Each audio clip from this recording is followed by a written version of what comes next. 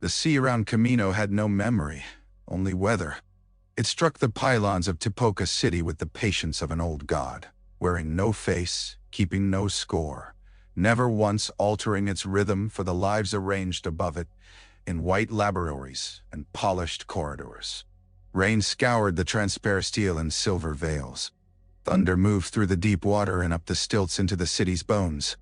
On most nights, the Kaminoans seemed to prefer the storm, because it made every conversation sound smaller, and every secret easier to believe had been swallowed whole. On the night the project began, Count Dooku arrived in a shuttle black enough to look cut from the storm itself. Nalisa watched the craft descend through the observation wall of the primary genetics wing while assistants kept a careful distance behind her. Kamino bred distance as a virtue. Too much attachment led to hesitation. Too much hesitation led to inefficiency. Inefficiency, in the Kaminoan lexicon, was merely a long and sentimental name for waste. Nala had accepted those axioms when she was young and brilliant and hungry for distinction. She had even helped refine them. Yet there were nights, with the sea grinding its endless argument against the city below, when she suspected all their famed objectivity was simply fear taught to stand upright. Lama Su received Dooku beneath strips of cold blue light that turned every surface surgical. The Prime Minister's voice never rose. His hands never fidgeted. Even in private conference he seemed designed rather than born, as if Kamino had produced in him its own ideal witness. Calm, pale, efficient, incapable of surprise. Nala stood slightly behind and to his left, tablets of genetic projections cycling in the air before her. "Tyrannus," Lama said, using the name the man had given for this business. "Your request was unusual.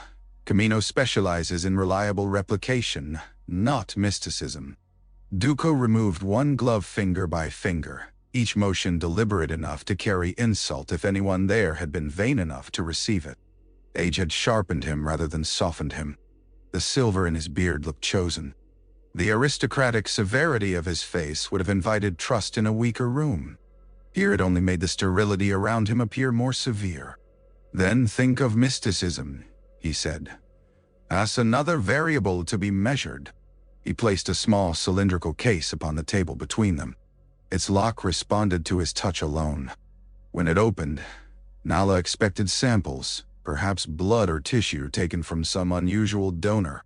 What she saw instead was 3 ampoules held in magnetic suspension, their contents faintly luminous even through the glass, each one carrying a density she could almost feel before the instruments confirmed it. The scanner's first sweep froze, recalibrated, and returned a result so improbable that one of the junior attendants made a tiny involuntary sound. Nala silenced him with a glance and brought the reading forward. Midichlorian concentration. Metabolic volatility. Cellular reactivity far beyond baseline clone acceptance thresholds. "This is not viable template material," she said. Dooku turned toward her for the first time, as if he had only then decided she merited outline and eyes. "You speak in the present tense, Doctor. I am paying for the future." "Meant to. No host line can sustain this density with standard matrixing. Jango Fett's genome is stable because it is disciplined.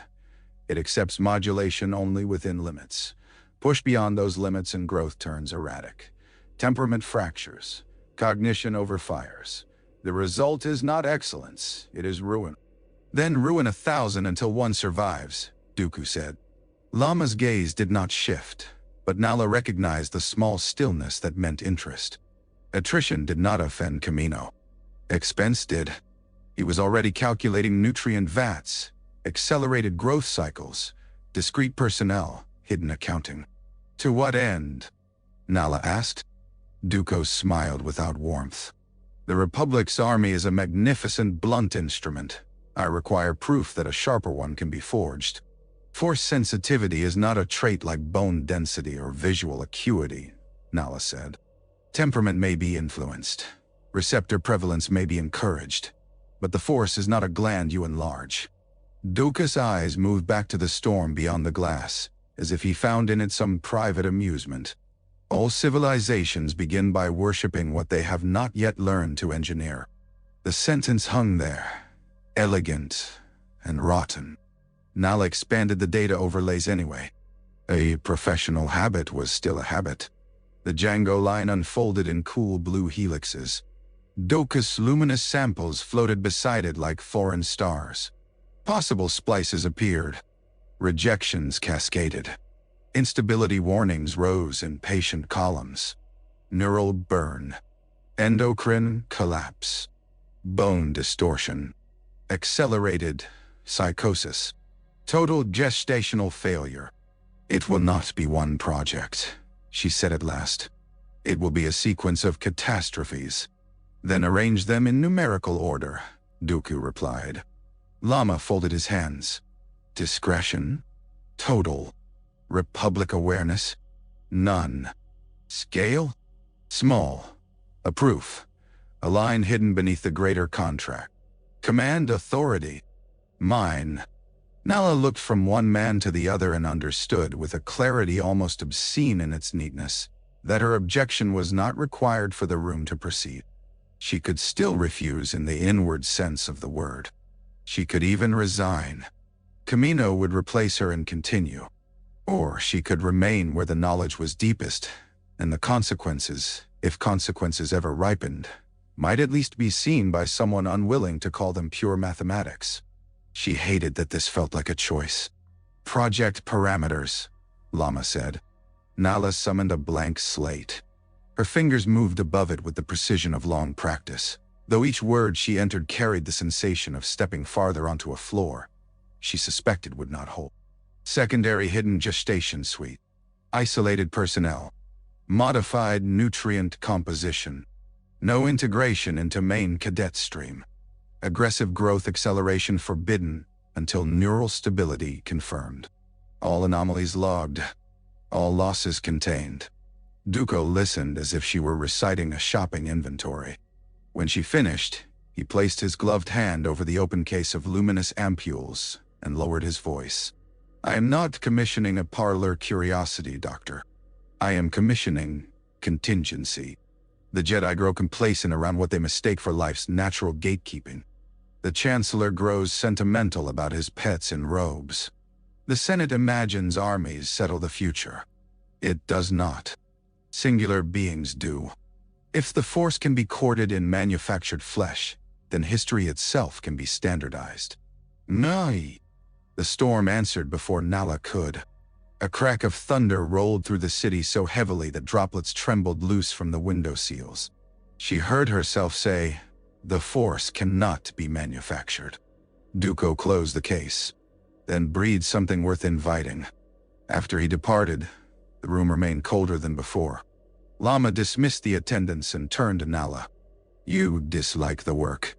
It is unsound." "That is not what I said." Nala watched the shuttle become a dark seed swallowed by rain. "No," she said. "I do not dislike the work. I dislike what kind of question must be asked before this becomes a reasonable experiment." Lama's expression did not change. "Kamino has prospered by answering questions others find distasteful. That is another way of saying we wait for men with power to invent new forms of sacrilege and then invoice them." At that, the Prime Minister's eyes cooled another degree. "Mind your language." But he did not cancel the project. By first light, the hidden suite beneath the main city had been cleared. By second light, the first altered embryo matrices were entering nutrient suspension. Nala spent the next weeks in a blur of calculations, rejection cascades, and tissue losses so numerous that numbers stopped implying bodies and returned to the abstraction Kamino preferred. Embryos failed to cleave. Others grew too quickly and devoured themselves in spirals of misread development. Some formed with beautiful symmetry until the neural lattice ignited under its own sensitivity and turned the tiny bodies to stillness.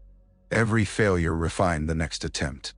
Every refinement made Nala feel less like a scientist and more like the witness at a ritual no one had consented to name honestly.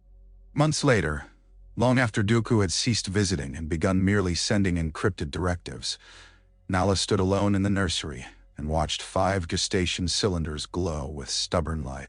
Only 5, out of ruin enough to drown a conscience. They floated in blue fluid under strings of quiet monitors, scarcely more than promise and pulse, yet the room felt different around them. Not warmer. Not kinder. Simply observed in return. Nala approached the nearest cylinder and laid her hand against the glass. The embryo within turned impossibly, before nerve development should have permitted orientation. It did not merely twitch. It seemed to angle itself toward the living presence outside the vat, as if aware, however dimly, of being watched. Across the chamber, all 5 monitors chimed at once. The readings stabilized instead of spiking. Heart rhythms aligned. Neural activity rose in strange sympathetic patterns, not identical, but resonant, like separate instruments finding one hidden chord. Nala stared, every Kaminoan habit of interpretation racing to classify what she saw. There were explanations. Shared stimulus. Tank feedback. Nutrient signal error. Yet none of the labels changed the sensation gathering at the base of her spine. The sea struck the pylons below with its tireless fists. Rain crossed the glass in sheets. In the blue-lit nursery, the 5 embryos floated in silence, and for the first time since the project began, Nala felt, with no instrument's permission, that the room had acquired witnesses. She lowered her hand from the glass and spoke aloud, though no one else was there to hear. "This will end badly," she said. The nearest monitor flickered once, and one of the tiny curled hands inside the fluid slowly opened, as if in answer or accusation. Kamino measured childhood in growth metrics, bone density, neural response time, and cost. If the hidden line beneath Tipoca City had followed every other principle of the facility, the 5 surviving specimens would have passed from nutrient suspension to conditioning creches without ever acquiring the inconveniences that made moral language possible. They would have become outputs. They would have learned obedience before speech. They would have been cut to purpose with the clean economy all clone engineering admired in itself. Yet the Theta line did not behave as other lines behaved. Even before birth, they resisted classification not by rebellion but by irregular intimacy. When one monitor failed, all 5 heart rates surged. When one embryo seized in neural overload, the other 4 did not settle for hours. When Nala increased sedative compounds in a single vat, the entire chamber's electrical drift altered as though some invisible current objected to the imbalance. The first time she called the phenomenon contamination, she meant it clinically. The second time, she heard how much the word resembled fear. Birth did not simplify them. They emerged smaller than standard accelerated clones, their growth curves uneven for the first months, their eyes opening too early and focusing too deliberately. 3 technicians requested reassignment after the second week, citing behavioral unease. Pressed for specifics, they offered only fragments. One infant crying caused objects on nearby counters to tremble. Another fell silent whenever a sedative injector entered the room, turning his head toward the instrument before any visible cue. A third refused nourishment for an entire shift after a neighboring support unit died in the adjacent incubator, then resumed feeding only when the dead child's body had been removed. Kamino was not sentimental about such things. Losses remained losses. Disposable auxiliaries remained disposable. Yet, Nala began to notice how often her staff avoided speaking of the Theta infants as units when they believed she was out of earshot. The word child entered the chamber in whispers first, embarrassed by its own softness. There had been more than 5. That fact hung over the nursery like another layer of weather. Anomalous siblings had survived gestation only to fail in infancy. Some burned from the inside when their nervous systems misread every stimulus as emergency. Some never woke. One lived long enough to smile at the blue light on the ceiling before a sudden hemorrhage drowned the brightness in his gaze. Another reached her tiny hand through the cuff of Nala's glove and quieted every alarm in the room for 3 seconds before the life left her. Kamino did not conduct funerals. Bodies that failed went to analysis or disposal. Nala signed the orders. She told herself that remaining at the center of the project was the only way to reduce its cruelties. It was a plausible lie, and therefore the most dangerous kind. The 5 who remained altered one another. The strongest bit at med probes and stared down adults with a ferocity wildly at odds with his size. A junior tech laughed once and called him a rook because he fought like a sharp-edged little bird defending a tower. The name stuck, though only within the hidden suite. Another seemed born with the instinct to put himself between harm and whatever happened to be smaller than he was. When a maintenance arm broke loose and swung unexpectedly across the nursery, that infant had no business knowing what danger meant. Yet he lurched bodily over the child beside him and took the glancing blow across his own shoulder with a cry of outrage rather than fear. Later, when standard speech training began, he heard a Kaminoan guard mention an ancient shield from some old Republic text, and repeated the word under his breath for an afternoon, until Nala, against all protocol, wrote it in the private log. Aegis. Names bloomed that way. Not through formal grant, but through use, accident, recognition. Bryn earned his after memorizing the medical trays and crawling stubbornly toward every injury, however slight, with a seriousness that would have been comic in anyone else. Vale, who soothed rather than startled, seemed to gather quiet around him like low ground holding water. Hayes acquired his name because he would stare for long minutes into steam, mist, or rain, and then speak of things no one else had seen. Sometimes nonsense, sometimes events that had not yet happened. Rook, once named, only grew more himself. Even before he could stand steadily, he met obstacles like insults. The 5 boys slept best in one another's presence. That was not unusual among clones. Familiar genetic material bred easy recognition.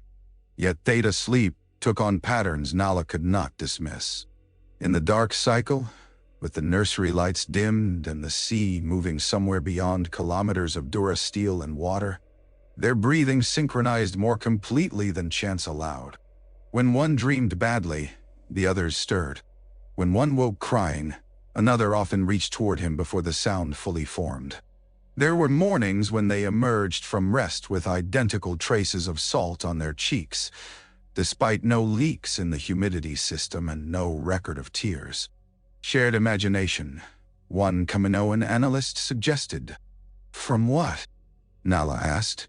We have given them almost nothing to imagine with. That was not entirely true. Kamino gave them rain. The hidden suite had one narrow observation gallery, more maintenance concession than a humane design, and beyond its reinforced pain, the storm rode itself ceaselessly over black water. When the boys were old enough to walk, they gravitated to the gallery as naturally as plant growth seeks light.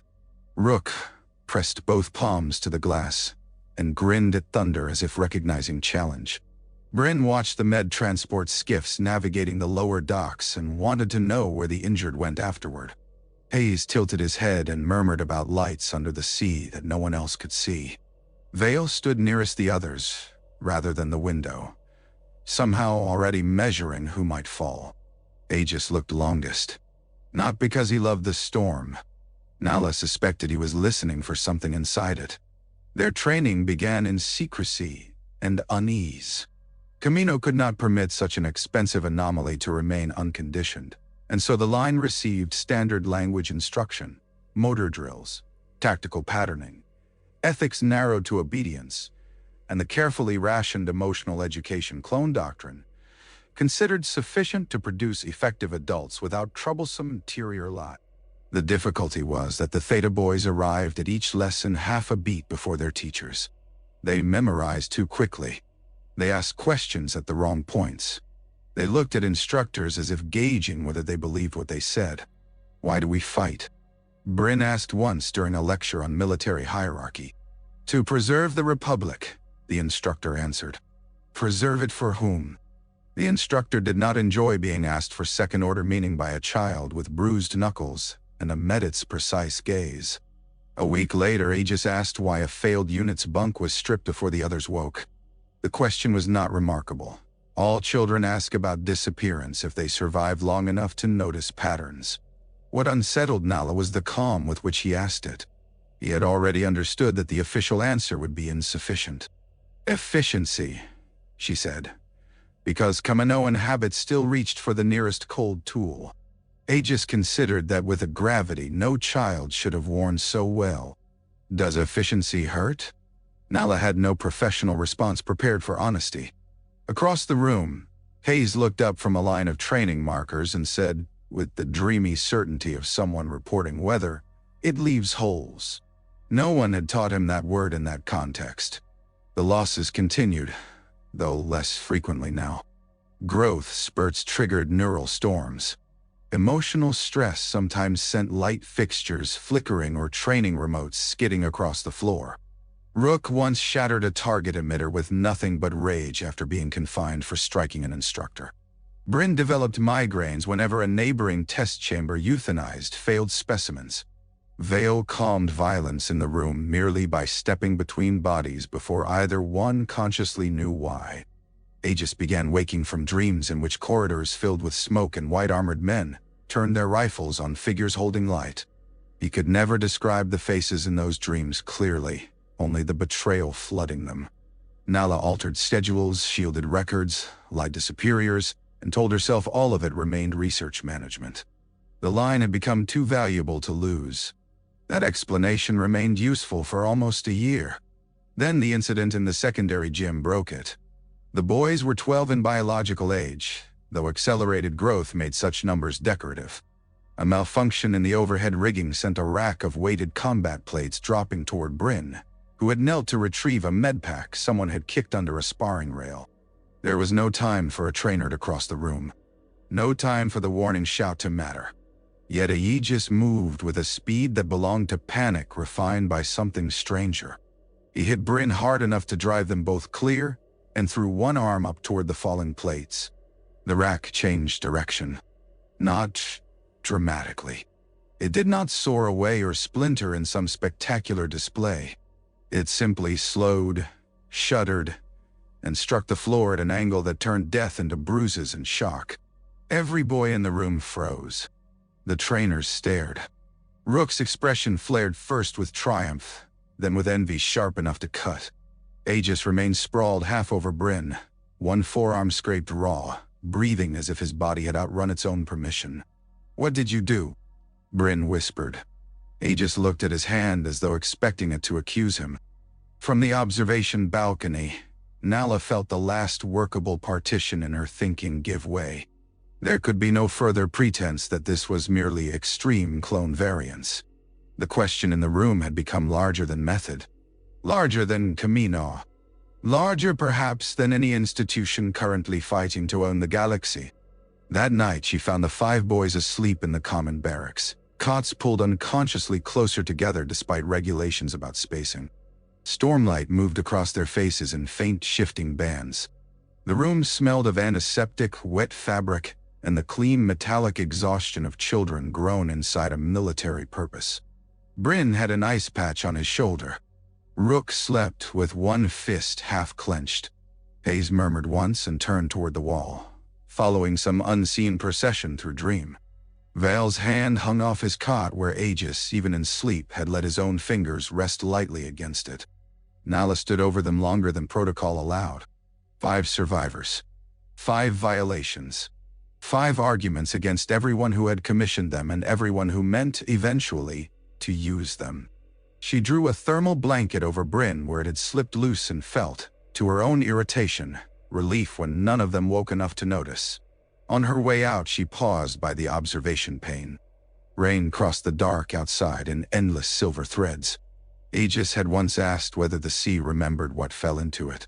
Kaminoan science had no use for such questions. Yet standing there, with the hidden barracks quiet behind her, and the storm chewing patiently at the city's foundations, Nala found she could not dismiss them anymore. Below, the black waters swallowed light without argument.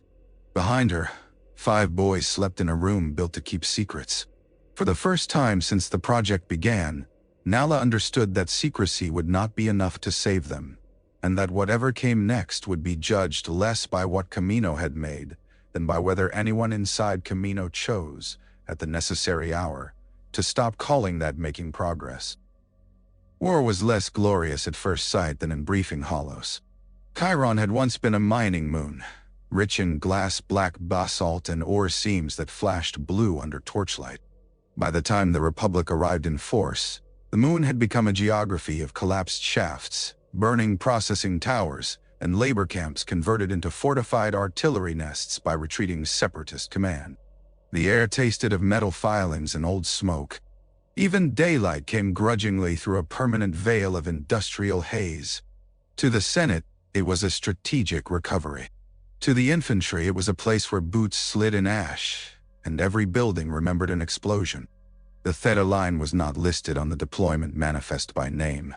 They traveled under Special Operations designation, a sealed addendum beneath a larger clone rotation, escorted by a Jedi general whose official task involved frontline assessment and whose actual task, though never phrased so plainly, was to decide whether Kamino had committed an abomination the Republic could still plausibly deny.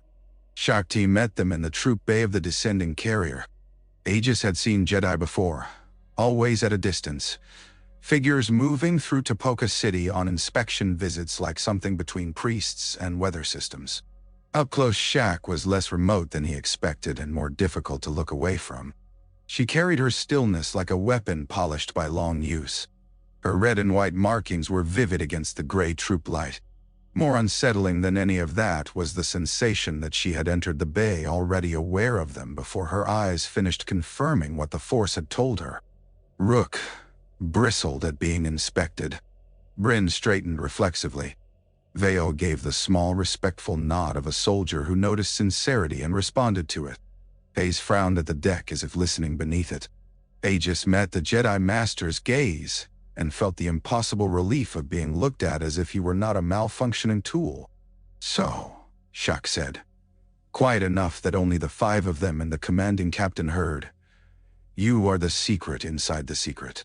The captain, a hard-faced veteran named Terran, whose loyalty to the chain of command was so complete it had calcified into temperament, did not appreciate the phrasing. "Experimental Support Unit, General." Shaak's eyes remained on the brothers. "No," she said. "Not support." That was all. Yet Aegis felt the words strike something locked in him. The assault began before the carrier touched ground.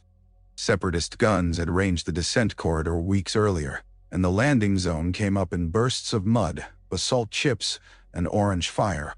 Standard troopers poured from the bay. Theta followed.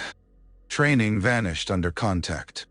Reality arrived as heat, screams over comms, the concussive slap of near misses, and the startling intimacy of deciding where one's body would be in the next second.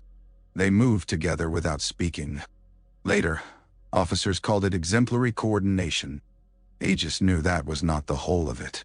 The others felt to him the way hands feel to a body, separate, necessary, immediately accounted for. He knew where Rook's aggression would spear ahead before he saw it happen. He felt the moment Bryn noticed a casualty lane opening. Vale's steadiness reached him like a brace against impact. Hayes, who hated the noise and yet saw through it, kept pointing them away from kill zones before scanners identified the angles. No one had taught them this. Not as the Kaminoans taught. The skill had grown in the shared dark before language, watered by strangeness, honed now by fire. Chiron taught them other things. Aegis learned that blaster bolts sounded different when crossing open ash than when clipping stone. Bryn learned to work with one knee in blood and the other in grit, while artillery walked the line closer.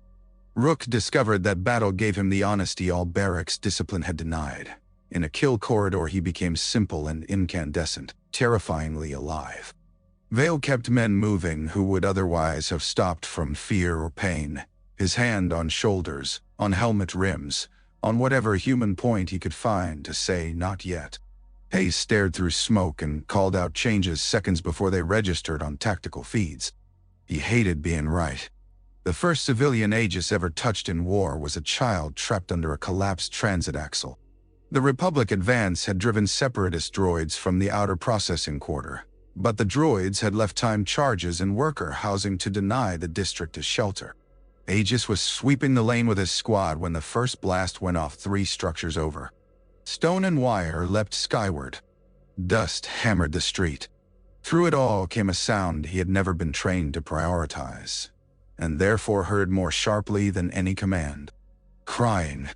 Captain Terran barked for the unit to continue toward the reactor stair. Mission priority. No deviations. But Aegis had already turned. The others turned with him before the order to stop reached them a second time. They reached the ruin under falling debris. Beneath the shattered frame of a cargo cradle, a girl no older than the cadets back on Kamino stared up through dust with one arm pinned and her face white from the effort not to scream again. The axle across her legs would have taken 2 ordinary men to lift safely. Rook went to one side instantly. Vale moved to stabilize the beam. Bryn dropped to assess blood loss.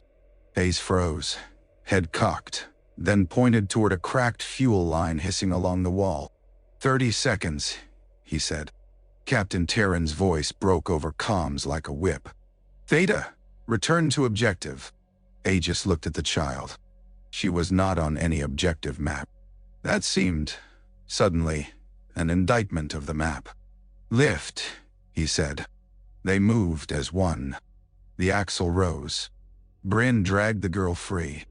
A secondary charge blew across the lane a heartbeat later, fire licking their backs as they dove. When Aegis came up coughing in the ash, the child had wrapped both hands around Bryn's arm and would not let go. Bryn, who could joke through lacerations and field surgery, simply stood there looking astonished to have been chosen as safety by someone the Republic had not designed. Captain Terran was furious enough to forget discretion. He met them by the reactor stair with ash on his jaw and murder in his voice. You abandon the line again, and I will have every one of you stripped for review. Rook's chin came up at once, eager for the fight. Aegis spoke first, not because he enjoyed defiance, but because something in him had crossed the threshold, and now required language. The line had already abandoned her. Terran stared as if a rifle had begun reciting philosophy. Standard troopers nearby kept their helmets forward with the exquisite discipline of men who did not want to be seen hearing too much. Shaak arrived before the captain found a punishment severe enough to satisfy himself. What happened? She asked. A deviation from mission priority. Shaak looked past Terran to the soot-streaked child in Bryn's hold, to Hayes' hollow eyes, to the fracture in the street where the blast had nearly taken them all. It appears, she said, that the mission briefly remembered what it was for. Terran knew better than to argue with a Jedi general in front of subordinates, but the silence into which he retreated promised future consequence. There was no future consequence that day, because Chiron refused all administrative neatness. The Separatist commander made a last stand in the central furnace spire, rigging the lower levels to overload and taking 200 laborers hostage in the smelting tunnels below. Standard doctrine favored sealing the shafts and containing the blast radius. Shaak would not do it. Theta accompanied her into the tunnels because no one else volunteered quickly enough, and because by then she had begun to trust what she sensed around them more than she trusted the official language describing them. The tunnels were hot enough to distort sight. Slag rivers pulsed behind grates. Droids came out of the heat like figures forged from it. Aegis fought through noise and glare with the strange clarity he only ever found in crisis, each second narrowed to the exact shape of required action. When a catwalk blew out ahead, he knew before the warning light flashed. When a wounded trooper beneath the rail was about to be crushed by falling cable, he reached for him before any ordinary line of sight explained why. When the final reactor burst sent a scalding wave down the shaft, he felt with terrifying certainty where the surviving hostages crouched in smoke 3 levels below and drove the squad that way. Afterward, the medics called it intuition under pressure. Shaak, standing over rows of rescued workers and the dead droids cooling into black silhouettes against the tunnel floor, knew better. That night, she found Aegis on the roofline of a commandeered worker dormitory, helmet off, watching ash drift across a sky too poisoned for stars. You disobeyed a direct order today, she said. Aegis did not turn. Yes. Do you regret it? He thought of the child's hands gripping Bryn's arm. No. Why? The question was simple. The answer was not. Clones were not trained for metaphysics. Kamino gave them motives in practical shapes: duty, efficiency, cohesion, survival. But on Chiron, something older than training had moved in him, not against discipline exactly, but through it toward a different end. "She was there," he said at last. Shaak stood beside him in the ash dark. And that was enough. It should have been enough for the captain. It should have been enough for many people. He looked at her then. "What are we to you?" The Jedi Master was quiet long enough that he feared he had overstepped again. At last she said, "A question the Force is asking more loudly than the Council would prefer." On Coruscant, days later, she asked it in chambers where stone and ceremony had taught generations of Jedi to confuse caution with wisdom. Mace Windu listened with both hands tucked into his sleeves, his face sharpened by concern rather than cruelty. Yoda closed his eyes and seemed to hear not her words, but the currents underneath them. Ki-Adi-Mundi frowned at the logistics. Two other masters exchanged glances that carried equal parts pity and alarm. "They are soldiers," one said. "However unusual." "Children first," Shaak answered. "Children fashioned for war," Mace said. "That distinction is not small." "No," she said. "Which is precisely why we must decide who they become before those who fashioned them do it alone." Macy's reply came hard from conviction, not malice. "We have no right to hand the Force to minds made only for combat." Yoda opened his eyes. "Hand it to them, no one did." The chamber quieted. Shaak described Chiron. Not the tactical success. The choice. The rescue. The way the five moved through danger as if listening to something beyond orders, without descending into chaos. She did not know whether the Council heard hope in her account or warning. Perhaps both. Perhaps that was the trouble. In the end, they authorized oversight, not acceptance. Observation, not welcome. The Republic was already too entangled with its own compromises to reject the existence of Force-touched clones outright, yet too frightened of its reflection to embrace them openly. They would remain where they had begun, in secrecy and conditional use, in the hands of people who believed postponement counted as moral clarity. As Shaak left the chamber, Yoda's voice followed her into the corridor. "Echoes in the Force they are," he said softly. "Question is not whether hear them we must. Question is what answer given when heard." Nam, Dani, Do, Oh, Ah. Back on Chiron, the rescued child from the transit lane had left something in the temporary barracks before her family was evacuated. A scrap of torn worker cloth folded around a small bit of blue furnace glass smoothed by heat into a cloudy oval. No note. No name. Bryn found it on his bunk and tried unsuccessfully to pretend the discovery had not undone him. He handed the glass to Aegis. "For your collection of bad decisions," he said. Aegis turned the warm-looking stone in his fingers. Through its cloudy blue center, the barracks lamps fractured into 5 blurred lights. After Chiron, secrecy became more elaborate. That was the Republic's preferred method of conscience. When a truth could not be denied cleanly and could not yet be admitted safely, it was wrapped in procedure, filed under restricted authorizations, and sent back into the war with a thinner escort and more delicate language. The Theta line received provisional tactical status. Kamino was instructed to continue containment. The Jedi Council assigned Shaak Ti as liaison under the benign fiction that she was merely reviewing specialized clone deployments. None of those decisions changed what Aegis and his brothers were. They changed only who could pretend not to know. For a brief stretch on Coruscant, they were housed in an annex near the temple under guard so discreet it became another form of imprisonment. Aegis had never seen a world so determined to outshine night. Coruscant did not sleep. It accumulated brightness. Traffic streamed between towers in veins of red and white. The air tasted of engines. Rain evaporated on hot metal, and the faint mineral chill of stone old enough to have witnessed 1,000 governments believing themselves permanent. From the annex balcony, when the city's glow eased enough for illusion, he could glimpse the temple's spires lifting above the district like a promise someone had once made with clean hands. The brothers did not belong there, but the temple unsettled them less than the Senate.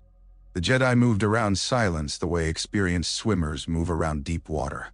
Attentive, respectful, aware that confidence alone would not save a fool. The Senate district moved as if volume were authority. Speech there existed not to reveal but to arrange. "Too many doors," Rook said after their second escorted transfer between barracks and briefing rooms. "Too much sky," Hayes replied, staring upward through traffic glare with a pained fascination. "There isn't any sky," Bryn said. "Only levels pretending." Vale, who had spent the walk watching civilians rather than architecture, nodded toward a maintenance droid scraping soot from a monument pedestal. "The whole planet is what happens when no one remembers where the floor began." It was on Coruscant that Aegis first met Anakin Skywalker. The Jedi Knight arrived late to a readiness briefing with the sharp energy of someone who had been elsewhere in body or mind and resented both interruptions equally. He was younger than Aegis expected from the reputation that traveled ahead of him like weather over dry grass. Too young, perhaps, for the gravity that seemed to gather around his name in every command corridor. Yet youth had not softened him. There was strain in the set of his shoulders, impatience in the way he listened, and a barely banked intensity that made lesser men either admire him instantly or step aside on instinct. He stopped when he saw the five brothers arrayed against the wall. For one small second, the famous knight looked simply startled. "These are the Kamino anomalies?" he asked. Captain Terran, reassigned now as Theta's operational handler with the cold satisfaction of a man who believed familiarity entitled him to govern what he disliked, answered before Shaak could. "Special Operations Unit, yes?" Anakin's gaze moved over them and settled on Aegis. Not because Aegis stood foremost, because something in the look between them caught. Aegis felt it at once. The furnace. Not metaphor. Not insult. A sensation. The same kind of perception that warned him before explosions, only inward now, directed at another living being. In Anakin, there burned a heat so immense it seemed to distort the air of the room, and around that heat lay layers of effort, duty, love not spoken, fear made muscular, and beneath all of it a fault line waiting with geological patience for the correct pressure to split it open. Anakin looked away first, which surprised Aegis more than if the Jedi had challenged him. "Fine," the knight said. "If they can keep up, they come." The mission was Rydor. Officially, it was a recovery operation, a separatist listening foundry carved into volcanic cliffs above a river of incandescent slag. Unofficially, it was a test. Theta would operate under Anakin, in an environment where speed and improvisation mattered more than conventional formation discipline. If they failed, the failure could be buried under ordinary wartime attrition. If they succeeded, Palpatine's office would hear of it through a channel more influential than any Kaminoan invoice. Rydor felt like war stripped to its industrial theology. The planet's nights glowed from below. Great vents coughed sparks into a sky the color of old bruises. Melted metal ran through open channels between black factories like arterial fire. Troops moved in orange glare and cinder wind. Every surface seemed to sweat heat or remember violence. Anakin thrived there. He fought at the front not from theatrical heroism, but because impatience and courage had fused in him so completely that distance from danger offended his nature.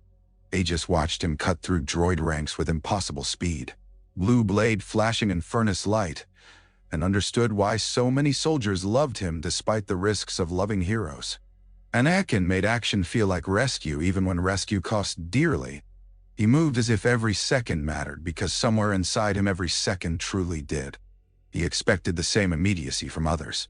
On the second assault day, with the cliff foundry's upper gantries collapsing under bombardment, Anakin ordered Theta across a slag bridge whose support struts had already begun to fail. Standard doctrine would have rerouted.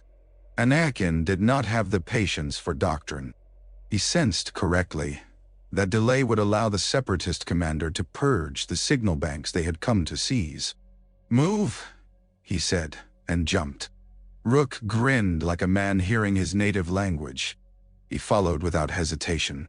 Vale went next, steady even on vibrating metal. Bryn swore at all of them and crossed anyway because casualties always waited wherever bravery pretended to be efficiency.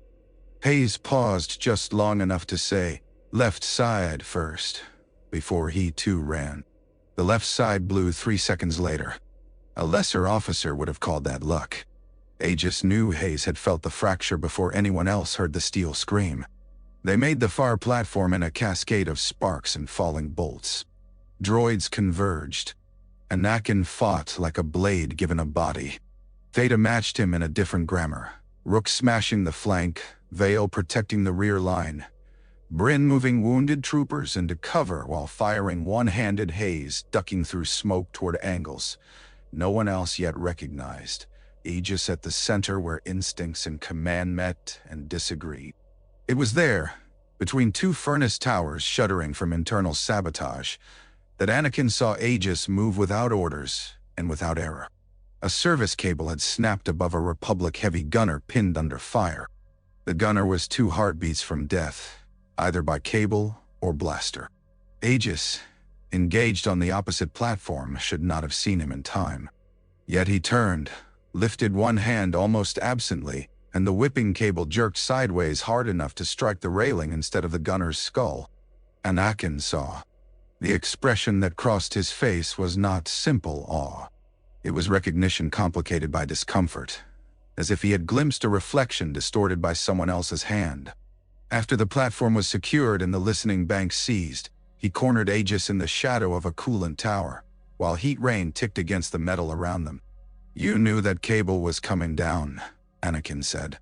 Aegis kept cleaning carbon from his rifle because the ritual gave his hands something ordinary to do. "I felt it." "You felt it before you saw it." "Yes." Anakin's jaw tightened. Not an accusation, but in the effort of deciding what to make of something he already understood too well. "And what do you think that means?" Aegis looked past him to the Orange River cutting the Foundry Valley in half. "That I was made badly." A rough laugh escaped Anakin before he could stop it. "That's one way to put it." The knight leaned against the tower with an exhaustion he would never have shown to the ranks. Under the furnace glare, the scars on his face and hands seemed older than the rest of him. "The Jedi will want to define you," he said. "Kamino already has. The army will call whatever makes you useful a virtue until it becomes inconvenient. None of that answers the only part that matters. Me. And what part is that?" Anakin's eyes, so bright in battle, darkened now with something far more private. "What you do when nobody you were built to obey is in the room." The sentence stayed with Aegis long after Rydor. So did the feeling of the furnace inside the man who had spoken it. In the final push for the Foundry core, Anakin and Aegis fought back-to-back for 13 minutes on a narrowing catwalk, while molten spill rose beneath them and droids closed from both ends. Later the troopers told the story with embellishments. Later Command used the footage in restricted morale reels. What Aegis remembered was simpler. Anakin laughing once, breathless and furious, when Rook kicked a super battle droid clean off the rail. Bryn binding a stranger's severed arm stump with his teeth while both hands worked other wounds. Vale dragging an officer who had despised them all week out from under a vent collapse. Hayes staring through fire as if listening to voices only he hated enough to keep obeying. The catwalk failing. The leap to the core housing. Anakin's blade plunging into the reactor throat like a bright accusation.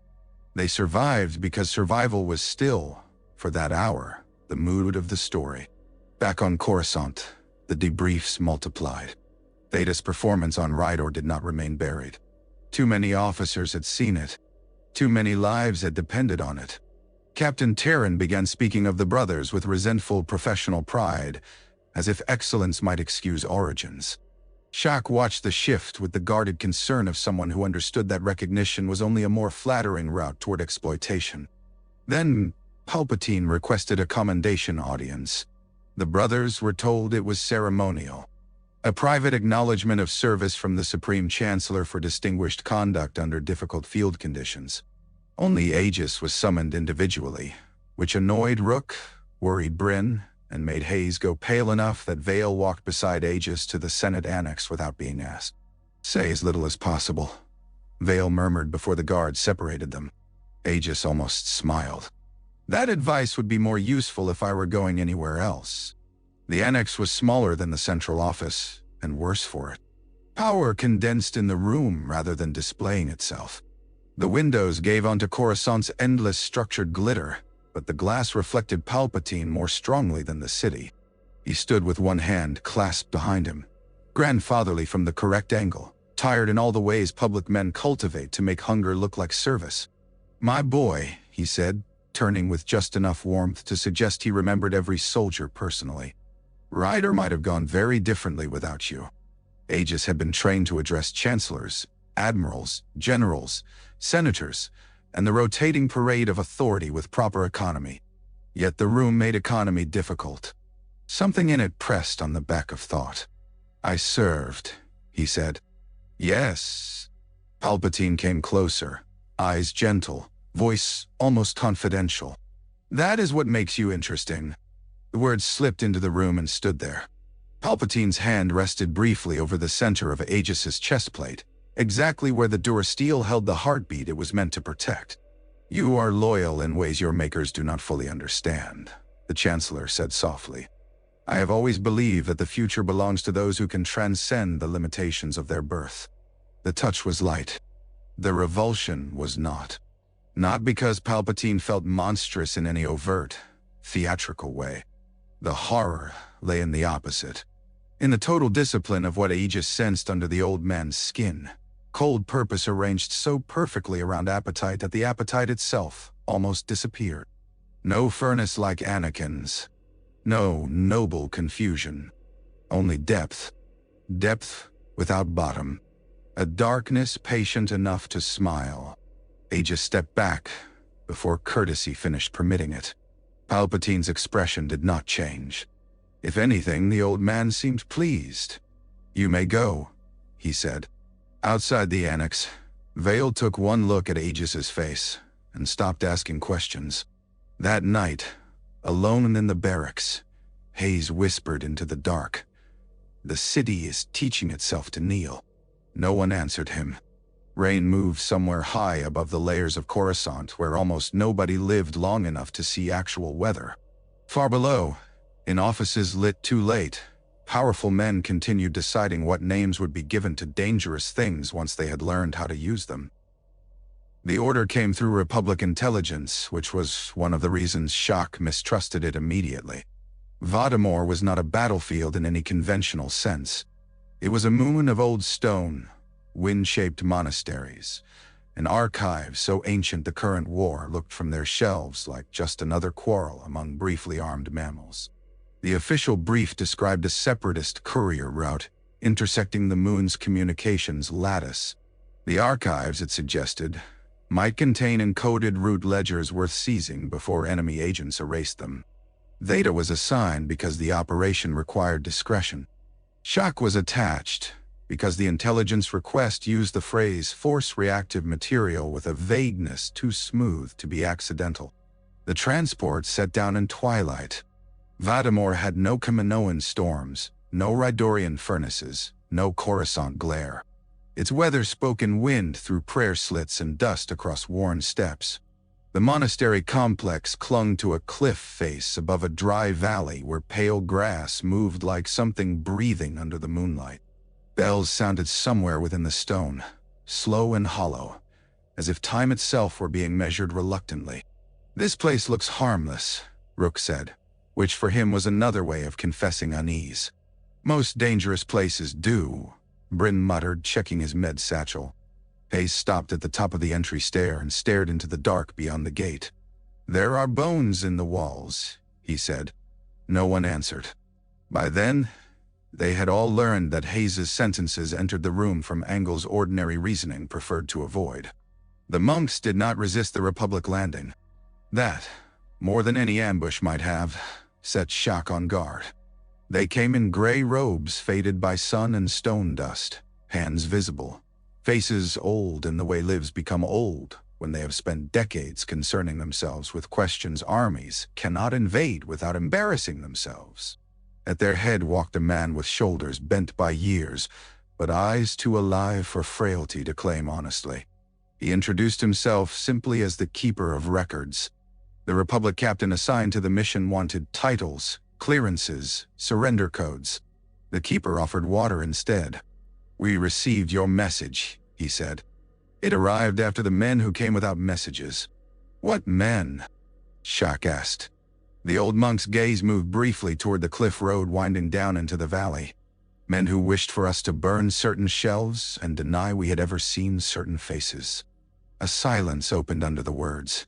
The captain, a different man than Terran, and somehow even less imaginative, stiffened. "Separatist agents." The Keeper's mouth made no judgmental shape, but the lack of assent was eloquent. Aegis felt the first wrongness then, not through evidence, but through the subtle recoil of instinct. Orders on Kamino had often smelled wrong before they were proven false. Palpatine's office had felt wrong. On Vadamor, the wrongness moved not like immediate threat, but like a room carefully arranged after violence, in hopes the furniture would persuade witnesses to doubt themselves. The archives lay below the monastery, in cool vaults carved directly into the cliff. No armed garrison. No droid cache. No comm relay nest. Shelves. Tablets. Star charts. Ledgers. Devotional texts. Trade records stretching back centuries. The captain ordered a full sweep anyway. Shaak instructed Theta to secure the lower chambers and allow no documents removed until she had reviewed the intelligence markers herself. Rook hated archive duty. It gave aggression nowhere honorable to go. Bryn, by contrast, fell into a reverent hush among the shelves, as if bandages and books belonged to the same broad family of things that kept people from disappearing entirely. Vale read titles while pretending not to. Hayes moved through the aisles with his head tilted, fingertips brushing the air a hair's breadth above the tablet spines. Aegis found the Keeper in a side alcove lit by oil lamps rather than power strips. The old man had already laid out 3 data rods and a stack of brittle flimsoplast charts on the table between them, as though he had known which shelf the Republic would be most eager to pretend it had discovered on its own. "You are the one who listens before the order finishes arriving," the monk said. Aegis had stopped being startled by strange recognition from Force-sensitive people. He had not stopped disliking how exposed it made him feel. "I listened to all of them. And which do you obey?" The question landed too close to the wound. "We are here for root ledgers," Aegis said. "Among other things." The Keeper touched the data rods. "These record acquisitions made under the authority of a false donor linked to Kaminoan off-ledger procurement. Biological transport. .d. Rare blood samples. Tissue consignments routed through shell charities on Corasont. The kind of paper trail men bury when they wish history to look inevitable rather than arranged." Aegis looked down at the rods and felt every muscle in his back go careful. "How do you have these?" "Because we keep records. It is an unfashionable devotion, but occasionally useful." "Who came here before us?" The old monk's expression sharpened with something almost like pity. "Men who wore the Republic like borrowed clothing." That was when Hayes screamed. It came through the archive chambers from 3 aisles over, not as fear but overload. Aegis was moving before the sound finished. He found Hayes crouched on the stone floor with both hands over his head, eyes fixed on a half-open storage niche, where a stack of sealed ledgers had spilled outward under some earlier hurried search. Hayes was shaking so violently that words broke apart in his mouth. "Blood," he said. "Temple steps. White armor. Not yet. Not yet." Shaak reached them a heartbeat later. She knelt, one hand hovering near Hayes' shoulder without touching until his body chose not to flinch from her. The monk had followed more slowly, and now regarded the open niche with a weariness that suggested this was not the first time prophecy and record had shared a room on his watch. Inside the niche, hidden behind agricultural tax logs and monastery donations, lay something far more current, coded correspondence bearing no formal seal, but using the exact cipher compression Republic intelligence had assigned their mission. One message thread mentioned witness suppression. Another listed the archive shelves to be destroyed. Another referenced a non-standard clone line and a directive from Coruscant to erase all intermediary procurement data before Senate oversight inquiries could converge. The captain arrived, read 2 lines, and reached immediately for command voice. "Seal this vault. All records marked in the intelligence directive are to be confiscated. Remaining witnesses are under Republic security restriction until transfer." The keeper said, very quietly, "There is a distinction between security and burial. Not on my orders." Aegis looked at Shaak. Shaak looked at the captain. Whatever patience she had left for institutional cowardice had been worn thin by the war, and nearly burned through by the shape Vadamore's truths were taking. "These records go to the council," she said. The captain's jaw hardened. "My orders are superior in this operation." "No," Shaak answered. "They are merely dirtier." The standoff might still have remained political if blaster fire had not erupted in the upper cloister. The earlier visitors had not gone far. Republic insignia painted over private armor did not make them less what they were. The false agents hit the monastery from the valley road with silencers, thermal charges, and the efficient confidence of men who believed archives could be solved by killing enough librarians. Chaos moved through the stone complex at once, bells sounding alarm, monks ushering novices into side passages, troopers taking cover behind prayer columns old enough to despise being used that way. Theta moved without waiting for permission. Rook tore up the outer stair with savage delight, firing low and fast. Vale pulled civilians into the vault corridors, while Bryn established a triage point beside the water cistern. Hayes, still rattled by vision, pointed through the smoke toward kill angles no one else had marked yet. Aegis took the data rods, slammed them into his chest satchel, and followed Shaak toward the west parapet where the attack was breaking hardest. The battle on Vadamore was small by war standards, and intimate enough to scar more cleanly for it. There were no grand columns of tanks, no aerial armadas, no propaganda angles. Only stone, dusk, terrified civilians, and men with Republic weapons trying to erase proof that the Republic's purity had long ago been sold piecemeal to darker patrons. Aegis fought at 10 meters and less, close enough to hear the false agents curse the monks for making this messy. Close enough to smell the propellant on their uniforms. Close enough to understand that some wars were not won by taking ground, but by deciding what must not be allowed to vanish. At the height of the fight, one of the hired men reached the archive mouth with a satchel charge and a grin full of professional contempt. Aegis saw him, felt the intention before the hand moved, and hit him with a force shove fierce enough to send man and charge tumbling off the parapet into the pale grass below. The act left Aegis reeling, vision blurring with effort. Shaak glanced at him once, not approving, not startled, simply noting that the line between instinct and training had grown thinner still. They held. The hired agents broke under resistance fiercer than they had expected and fled down the cliff road in 2 damaged skiffs. Rook wanted pursuit. The captain, humiliated and furious, wanted control. Shaak wanted the truth carried somewhere that had not yet learned to destroy every inconvenient witness on contact. The old keeper settled the matter by placing the remaining archive rods directly into Aegis's hands. "Truth cannot be saved by burying witnesses," he said. The sentence entered Aegis the way some blows do, not loud, not immediately painful, but final in the part of the body it chooses. Before dawn, Shaak arranged transport off-world for the monks most at risk and encrypted a packet for the Jedi Council containing Vadamore's evidence. Whether the packet would survive the channels above her was another matter. The captain filed 3 contradictory reports before they even lifted off, each one designed to place command ambiguity where conscience should have stood. Aegis watched him work and understood, perhaps for the first time in a truly adult way, how institutions preserved evil, not merely through monsters, but through functionaries who could not bear the professional discomfort of honesty.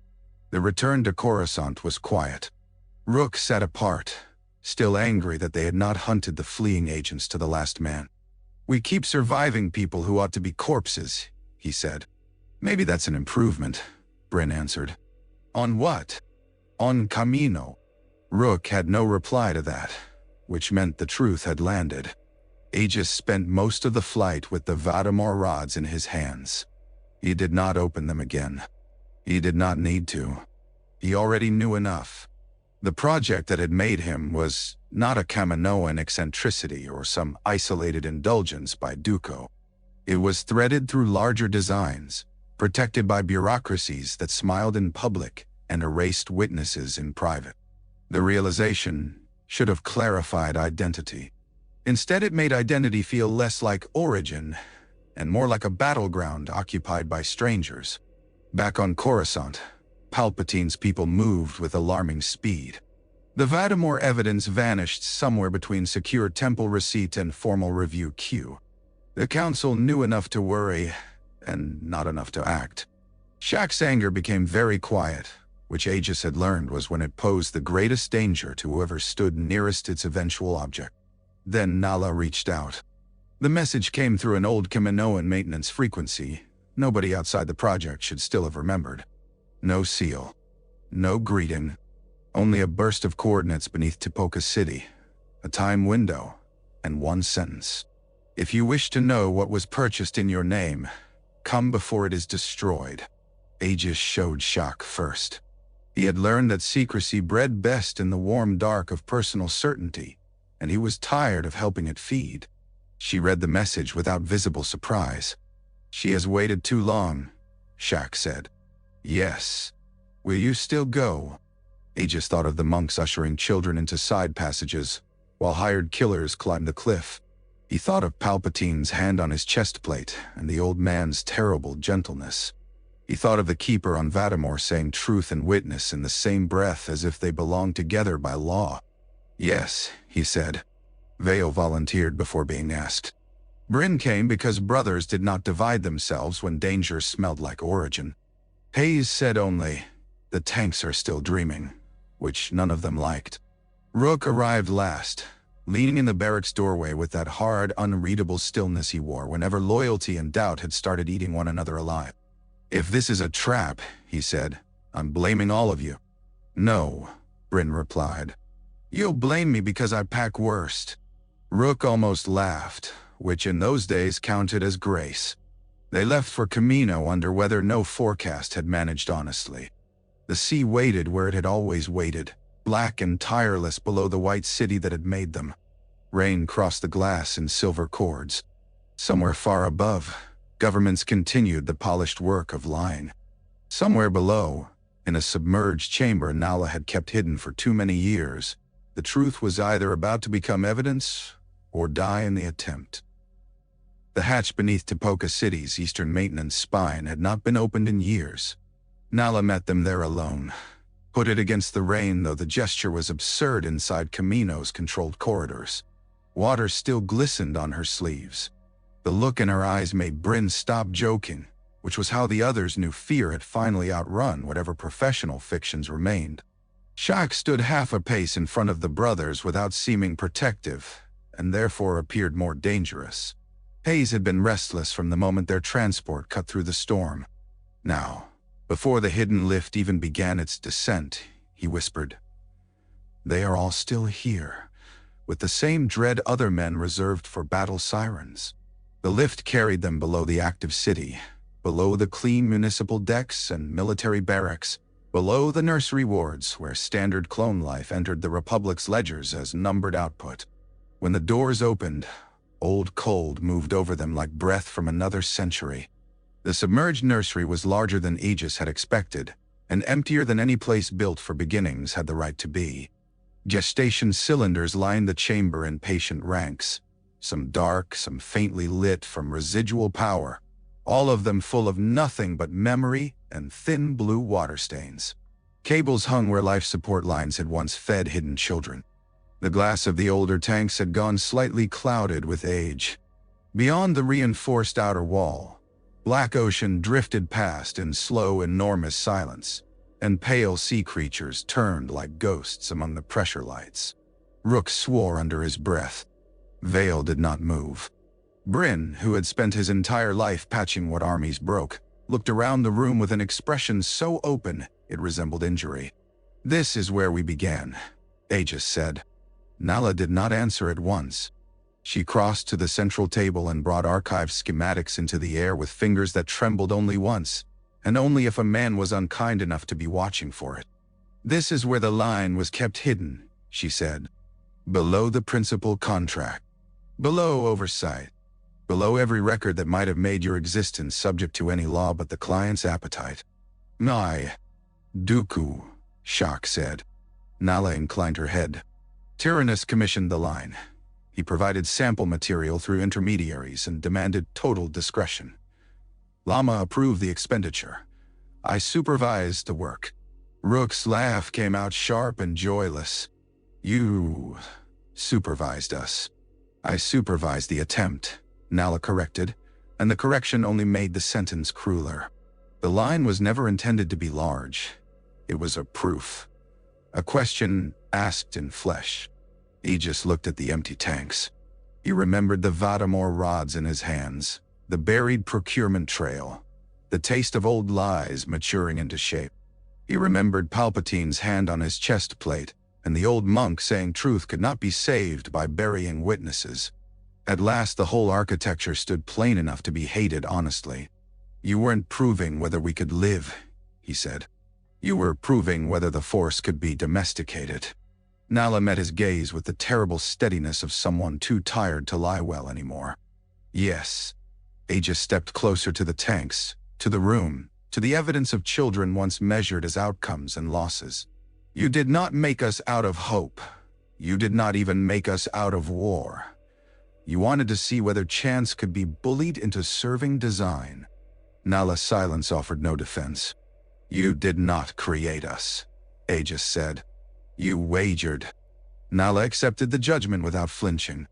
"Yes." Bryn, who had spent more of his life patching other people than accusing them, looked as if he had been struck. And if the wager had failed. "It did fail," Nala said. "Repeatedly. You are standing in the debris of that fact." "Mao." Hayes wandered to one of the empty tanks and laid his palm against the glass. "How many?" Nala's silence answered before her voice did. "Too many." Aegis watched the sea creatures slide by in the black water beyond the chamber wall. Their pale bodies turned and vanished and reappeared, each movement gentle, lawless, complete in itself. "Then why are we alive?" Nala looked from him to the old tanks and back again. "Because chance endured where design wanted mastery. Because whatever those men thought they were breeding would not submit to the shape they planned. Because in the narrow corridor between control and catastrophe, 5 embryos chose life." "Nada. Embryos don't choose," Vale said. "No," Shaak answered before Nala could. "But life does." The room settled around that. Nala keyed another file into the air. This one showed schematic layers of the skull and spine, each marked by a tiny luminous point near the base of the brain. The inhibitor chips. Standard clones carried them like buried law. In the Theta series, the neural scarring around the implants was different, webbed and inflamed, as if the tissue had tried for years to wall the devices off and failed. "Your chips never integrated cleanly," Nala said. "They are linked to obedience pathways, but those pathways branch through the same regions your anomalies affect. When command pressure rises, the result is not simple compliance. It is seizure, hemorrhage, identity fracture. With the proper trigger, some of you may obey, some may experience both and call it the same thing." Bryn's face had gone ashen. "Can you remove them?" Nala shook her head. "Not safely with the equipment we have. Not in time." "Time for what?" Vale asked. Hayes turned from the tank. "The blade." No one spoke. They were all learning that when Hayes sounded most like a madman, the room most often bent around him later. Shaak stepped closer to the central table. "Then we teach them anchors," she said. Nala looked at her. "Against mechanical compulsion?" "Against surrender," Shaak corrected. "The rest is never guaranteed." Training began that night and continued whenever secrecy allowed. It did not resemble the drills the brothers had known. There were no timers, no obstacle courses, No barked commands, no scoring metrics, no simulation trophies pretending to ennoble what had always been preparation for dying on someone else's signal. Shaak taught them stillness as if it were a discipline stronger than aggression. Breathing first. Posture second. Attention as a blade turned inward rather than outward. Name what you hear, she said. Name what you feel. Name what is yours before naming what is demanded of you. It was harder than weapons work. Aegis could hold a firing lane under artillery. He could disassemble a rifle blind. He could run 47 combat contingencies through his head while falling through smoke.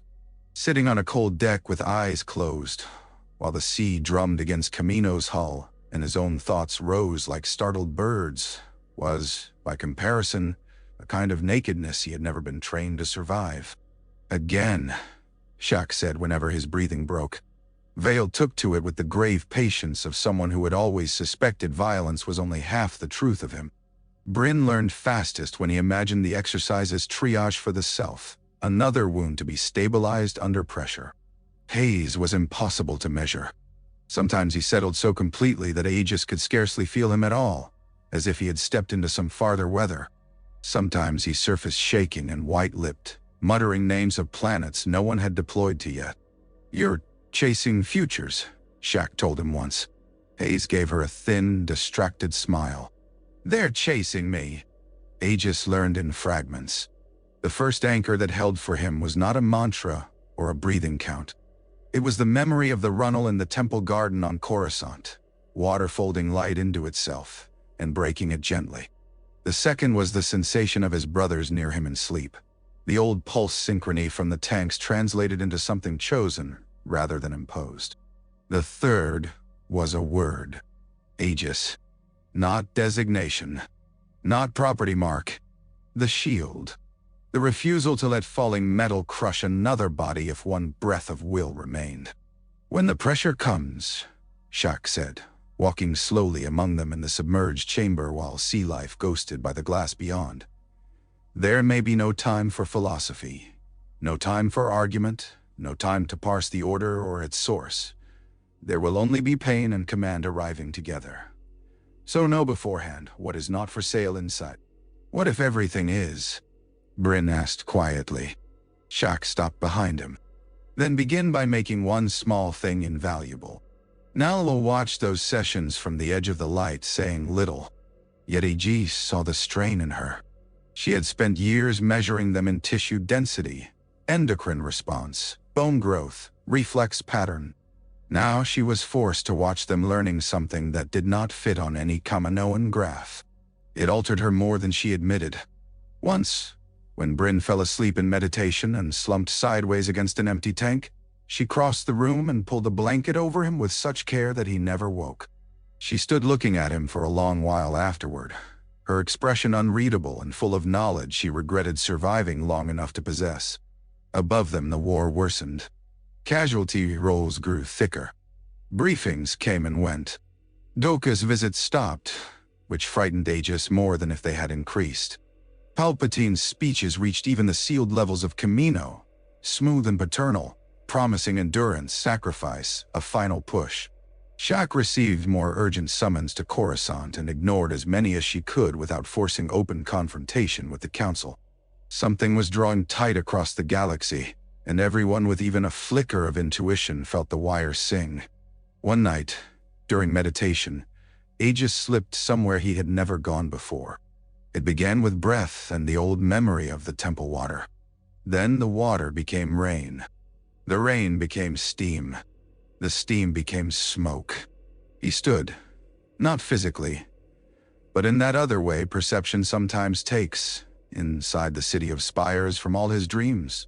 The temple loomed ahead, its elegant towers scorched at the edges by future flame. He heard boots on stone.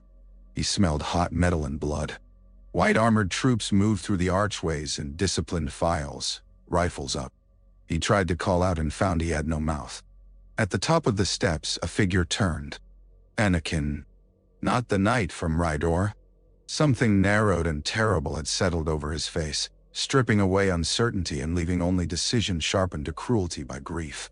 Behind him, the hooded shadow watched like a man observing weather from a dry porch.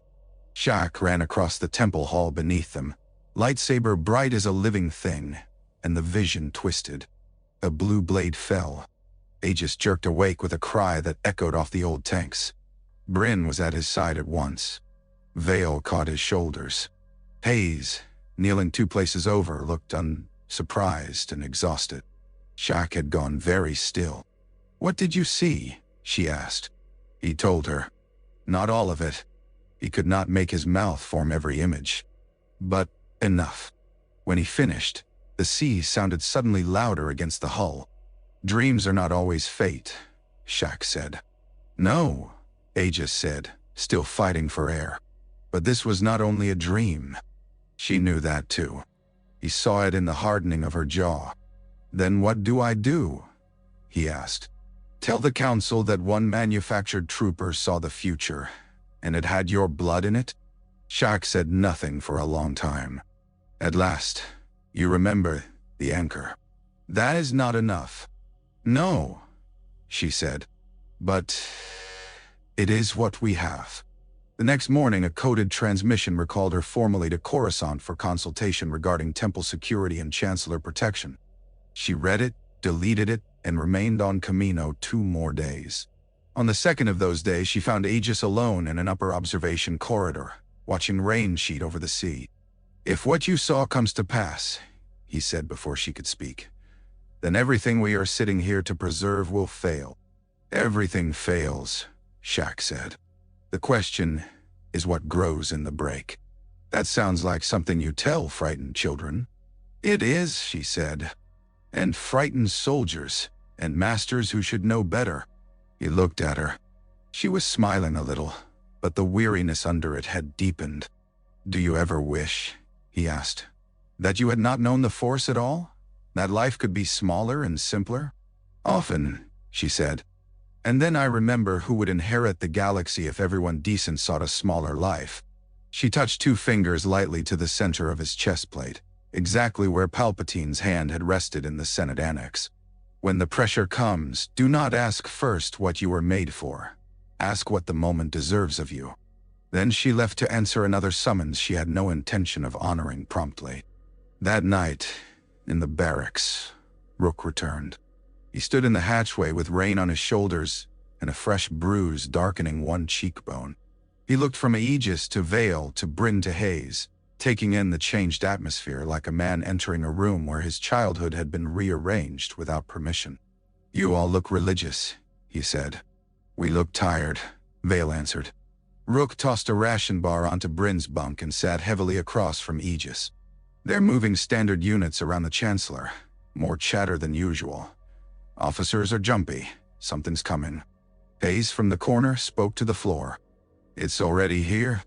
Rook ignored him, his eyes fixed on Aegis. "When it does, don't freeze. Whatever this is," he gestured vaguely, meaning the meditation, the secrecy, the attempts at selfhood. "It won't matter if we're dead." Aegis held his gaze. "And if living means becoming what they want?" Rook's expression did not soften. "Then at least we'll still be here to regret it." The brothers sat with that between them while the rain beat its relentless code over Kamino. Somewhere above, alarms shifted watch. Somewhere very far away on Coruscant, politics and prophecy continued their patient collision. Down in the submerged nursery, the old empty tanks kept their silence like witnesses who already knew the verdict. The end of the Republic arrived as an order spoken in a calm voice. It began on Kamino with rain, as so many decisive things did there. The storm that day leaned hard enough against Tipoca City that the exterior shields hummed under the strain. In the main training hall, standard cadets cycled through live fire simulation, while officers paced the perimeter and pretended everything in the galaxy remained measurable. Shaak had insisted on one final session with the Theta series before she answered the Council's latest summons. Nala was in the observation booth above, reviewing transport manifests she had no intention of filing honestly. Aegis remembered the exact position of every body in the room afterward because trauma makes archivists of the living. Vale stood at the far left lane, rifle lowered, waiting for the next signal. Bryn was checking the seal on a gauntlet he never trusted. Hayes was not looking at the targets at all, but at the rain lashing the high glass. Rook, nearest the entry arch, had a restlessness in him that suggested either an impending fight or a confession. Shaak moved between them with quiet corrections, a presence of order amid the echoing chamber. Aegis, centered under the lights, was trying to hear his own breathing over the hum of the storm. Then every comm in the building activated at once. The Chancellor's voice came through helmet receivers, wall speakers, command nodes, portable field units, every authorized military channel in the Republic.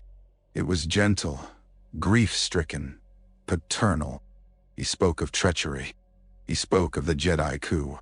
He spoke the command embedded years before in flesh that had never been asked for consent.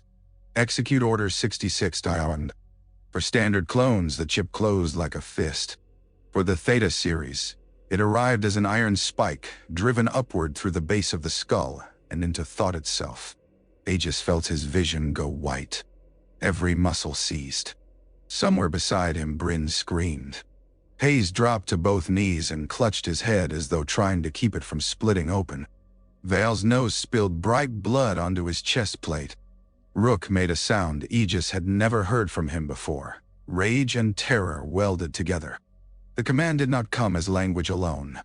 It came with instruction fused to pain so completely that resistance felt self-annihilating. Jedi. Traitors. Kill. Dot. The concepts slammed through Aegis with mechanical certainty, yet under them all another current writhed, older and less obedient. Water in the temple garden. The weight of a child pulled from falling metal. His brothers breathing in the dark. Aegis. Shaak knew within an instant what was happening. "Anchor!" she snapped, voice cutting through the chamber. Now. Standard clones on the perimeter were already turning. Their rifles came up with the terrible efficiency of training made absolute by compulsion.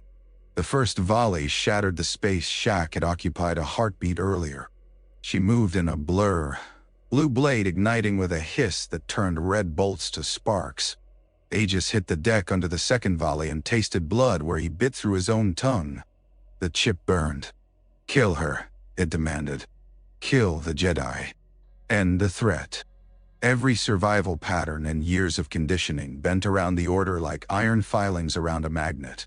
He could feel the easiest future opening. Rise, aim, obey, let pain become simplicity.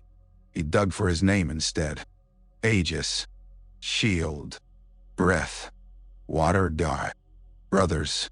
The runnel on Corasont. The sea on Kamino. The old monk on Vadamore saying truth could not be saved by burying witnesses. Shaak's voice in the submerged nursery. Know beforehand what is not for sale inside you. Around him the hall became massacre. Shaak drove forward not to kill but to survive, cutting rifles apart, severing power lines, turning aim aside. Standard troopers shouted target confirmations in voices emptied of personality. Alarm sirens began their animal howl. Rain battered the glass. A cadet near the south wall, too young for a full chip to have sunk all the way into reflex, froze between obedience and terror, and took a ricochet through the throat before he understood either. Aegis pushed himself upright. Rook was already on his feet. For one stunned heartbeat, Aegis thought his brother had anchored too. Then he saw Rook's face. Not empty. Worse. Forced. Every line in it strained against the command and failed to break it. Rook's rifle rose towards Shaak with his teeth bared in agony. "Rook!" Aegis shouted. Rook fired. The bolt would have taken Shaak in the back if Bryn had not stepped between them. For the smallest instant, the hall held.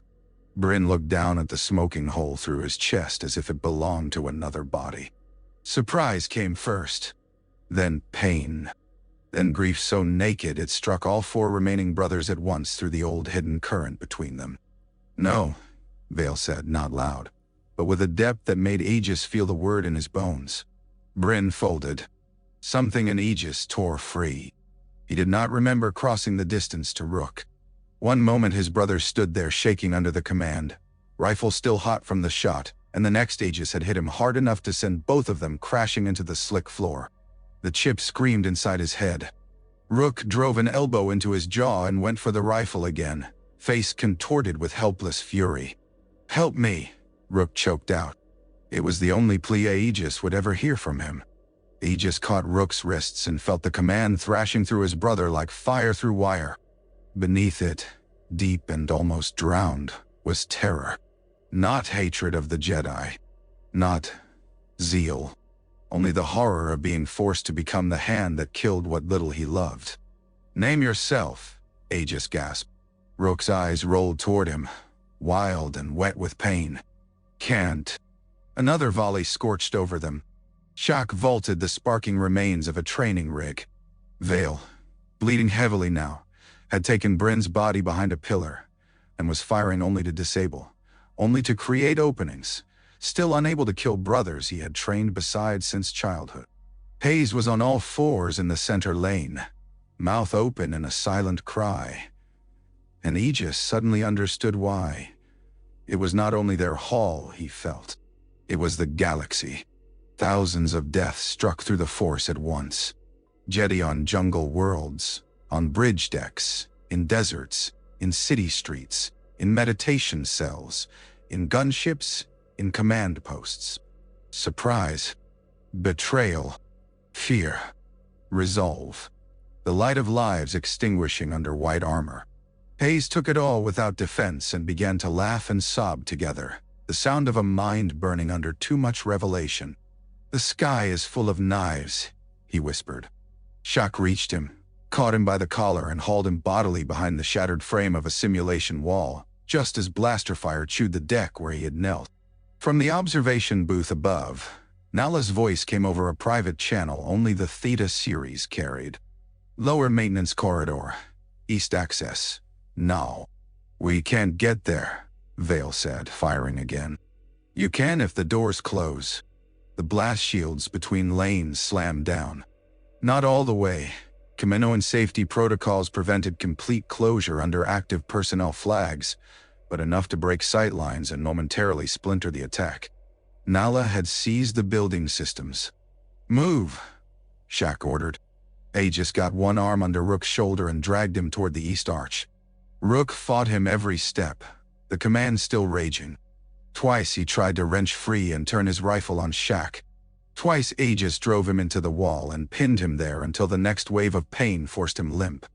Vale carried Bryn for the first 20 meters, and then stopped, knowing what bodies weighed when life had left them. He laid his brother down in the shadow of the corridor with a gentleness that shattered Aegis more than any scream. Bryn's eyes had not fully closed. "Go," Vale said hoarsely, though his hands lingered a second too long. There was no right for this. No pause permitted by the machinery of disaster. They ran. The maintenance corridor beyond the training hall was narrow, damp, lined with conduits and emergency lighting that pulsed red under alarm conditions. Standard clones converged from intersecting passages, their movements efficient and heartbreakingly familiar. Many Aegis knew by gait before he knew them by helmet markings opened fire without hesitation, because the order had made hesitation a wound too painful to permit. Shaak led from the front now, and killed when she had no other choice. Aegis saw the moment that choice broke in her. A clone sergeant cornered two cadets at a hatch junction and raised his rifle point-blank god-eyed. Shaak's blade flashed. The sergeant fell in two pieces, and the Togruta master did not look back. War had asked too much of all of them for too long. On Kamino, under the false roof of the city that had made armies, even mercy had learned the cost of delay. They emerged briefly onto an open transfer bridge between domes. Rain hit them like thrown nails. The sea below was black and immense. Gunfire stitched the transparent steel behind them. Sirens bled into thunder. Across the complex, searchlights swept and troop carriers lifted under new Imperial command directives, not yet announced but already real. Corasont screamed in Aegis' mind. Not literally. Not as language. As loss. The vision for meditation was happening. Somewhere beneath the distance, Temple Stone was taking fire. Somewhere a Nakan had crossed the line between grief and service to darkness. Aegis nearly stumbled under the certainty of it. Shaak felt the same rupture and faltered for a single step. Her face changed, not in disbelief, but in confirmation of a terror she had long refused to let harden into fact. "No," she said, and it was unclear whether she spoke to the temple, to Anakin, or to the Force itself. They reached the East Maintenance shaft with standard troopers seconds behind them. Nala had overridden the lock. The door irised open. "Inside," she said through the comm. Aegis shoved Hayes through first. Vale followed. Shaak backed toward the hatch, blade up. Rook, still half crippled by command and resistance, twisted in Aegis's grip one final time. "Leave me," he snarled, and tears mingled with rain on his face. "You can't carry all of us." Aegis saw, beneath the agony, the sliver of will that had surfaced long enough to speak truth. He tightened his hold instead. "Watch me." They plunged into the shaft as blaster fire scorched the hatch rim. The door sealed one heartbeat later. In the darkness below the city, with Bryn dead behind them and the galaxy changing shape overhead, the remaining brothers stood in a narrow steel throat of Kamino and listened to the order still tearing at their minds. It had begun. They hid beneath Kamino while the Republic died above them. Nala led them through service ladders and maintenance tunnels to the submerged nursery, sealing hatches behind them and falsifying life sign reports as she went. For 2 standard days, the city above convulsed under transition. Clone Command was restructured. Jedi liaisons vanished from every active roster. New insignia replaced old ones in the data stream with sickening speed. Palpatine spoke to the galaxy and called himself Emperor. Lama declared Kamino's full cooperation with the new order before half the blood in the training hall had dried. In the nursery, time thickened. Vale drifted in and out of pain as Nala fought to stabilize the hemorrhage around his chip. Hayes slept in fits and woke speaking names of dead masters none of them had met. Rook spent long stretches strapped to a med frame because the command still surged through him unpredictably, every wave of it forcing his muscles to violence unless sedatives or pain blockers stayed ahead of the impulse. He hated being restrained more than he hated the pain, which was saying much. Shaak sat with him once in the dim blue light while the sea moved beyond the glass. "I should kill you," Rook said through clenched teeth. "Yes," she said. "Why don't you?" She regarded him without fear. "Because that is not you speaking." Rook laughed harshly and turned his face away. "You don't know me." "No," Shaak said. "But I know a prison when I hear one." He just listened from the shadow of an empty tank and thought that if any words could have saved Rook, those were worthy of the attempt. Nala worked like a woman racing floodwater with her bare hands. She burned data cores, rewrote project histories, locked and relocked sealed files, and prepared demolition sequences for every remaining physical archive of the Theta program. In the quietest hour of the second night, she brought Aegis to the primary console and showed him the reality above them. Imperial troop transports ringed Tipoca City. "They are decommissioning select sectors already," she said. "Special projects first." "Us?" "Yes." He watched the tactical overlay update in merciless pulses. "Will Lama resist?" Nala's mouth barely moved. "Lama has mistaken collaboration for survival." She hesitated, then opened a private transmission she had intercepted and never intended anyone else to read. Sidious's voice filled the dim chamber, dry and amused. "Terminate the anomalous line," he said to an unseen recipient. "Retain any intact data. If specimens survive, the new enforcer may find them instructive." The transmission ended. Aegis looked at her. "Enforcer. Whoever hunted the temple," Nala said. Shaak, standing just within earshot, closed her eyes briefly.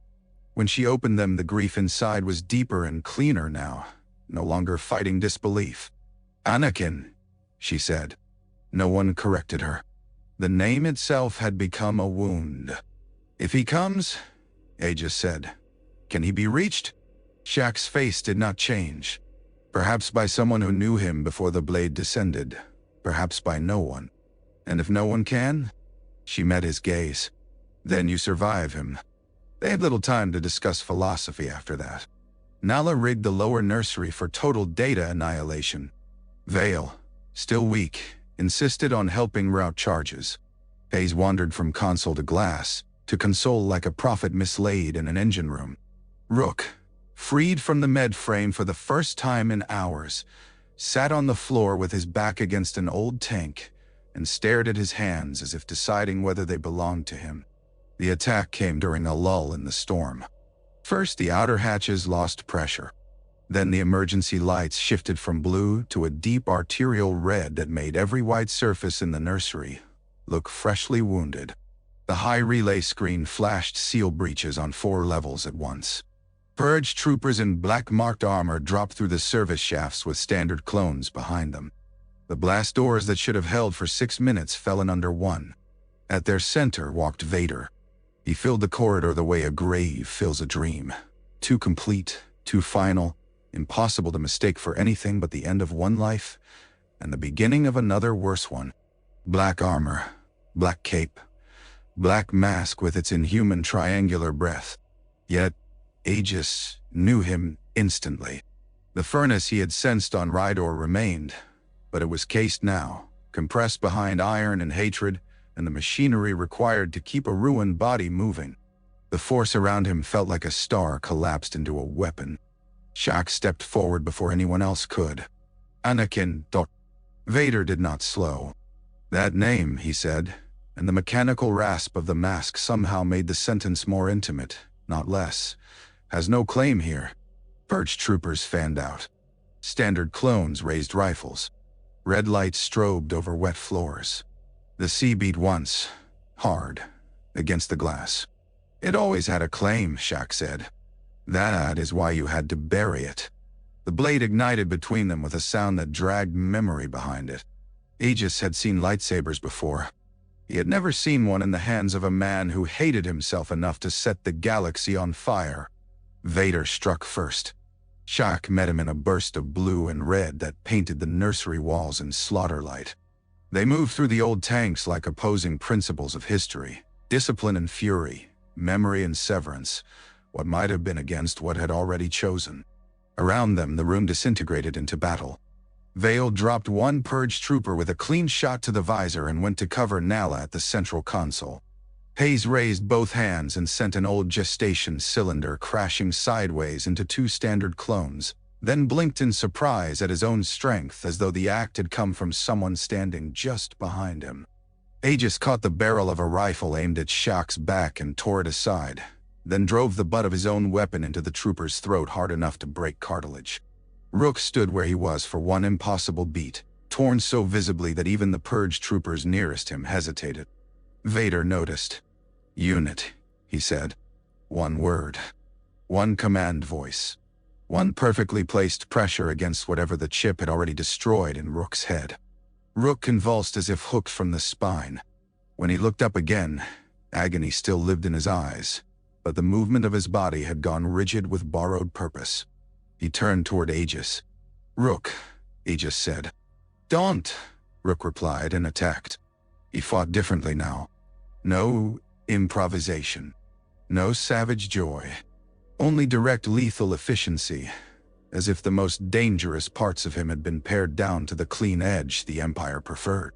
Aegis parried with the rifle shaft, absorbed the shoulder impact, drove them both into a bank of diagnostics.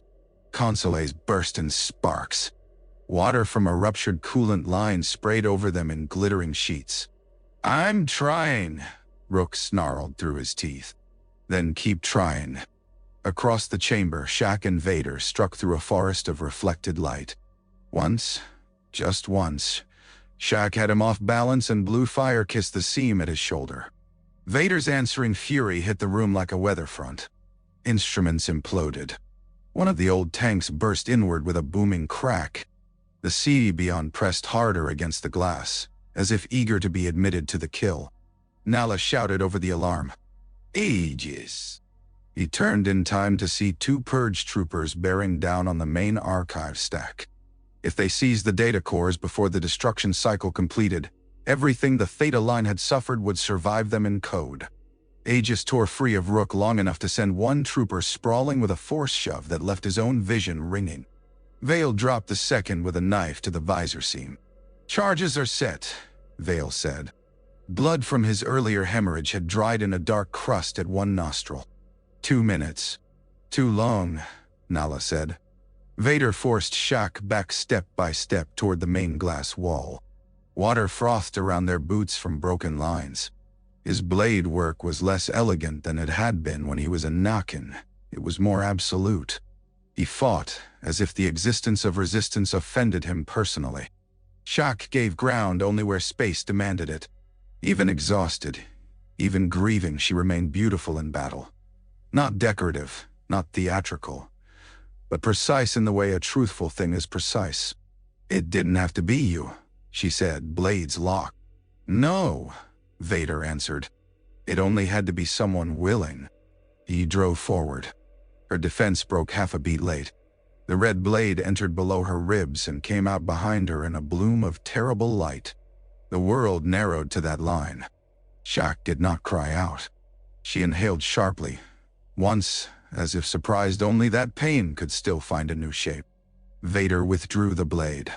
She staggered, one hand rising not to the wound but toward his mask. Her fingers brushed the black cheekplate. "I forgive you," she said. Vader cut her down. Aegis heard himself make a sound with no human civility left in it. He was moving before thought.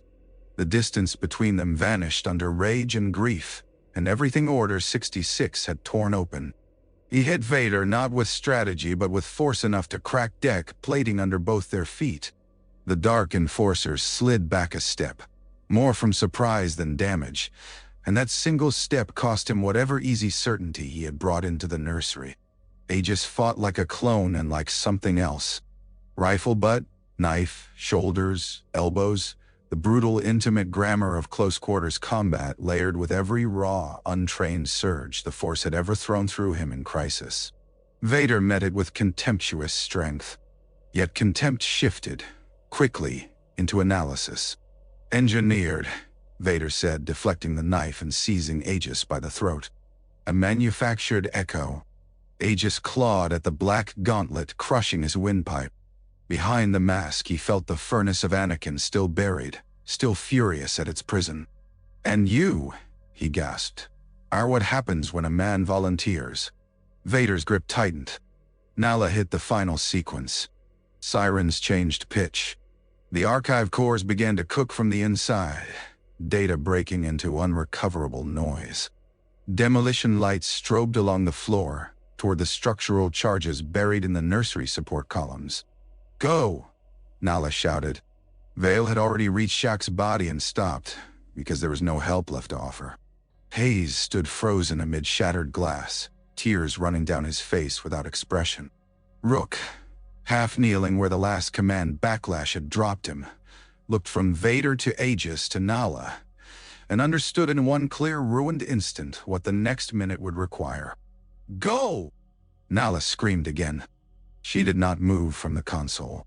Aegis broke Vader's grip only because the first structural blast hit and the floor lurched violently under them all. Glass crazed in white spiderwebs across the outer wall. Black seawater surged through the cracks in thin, murderous lines. Vale dragged Hayes bodily toward the emergency submersible dock. Aegis seized Rook's arm on instinct. Rook tore free. "Take them," he said. "Rook, take them!" For one fraction of a second he was entirely himself again. Aegis saw it. So did Rook. Then the wave of pain returned and drove him back into the red strobe, and the smoke with a rifle in his hand, and no time left to save him. Aegis ran .q.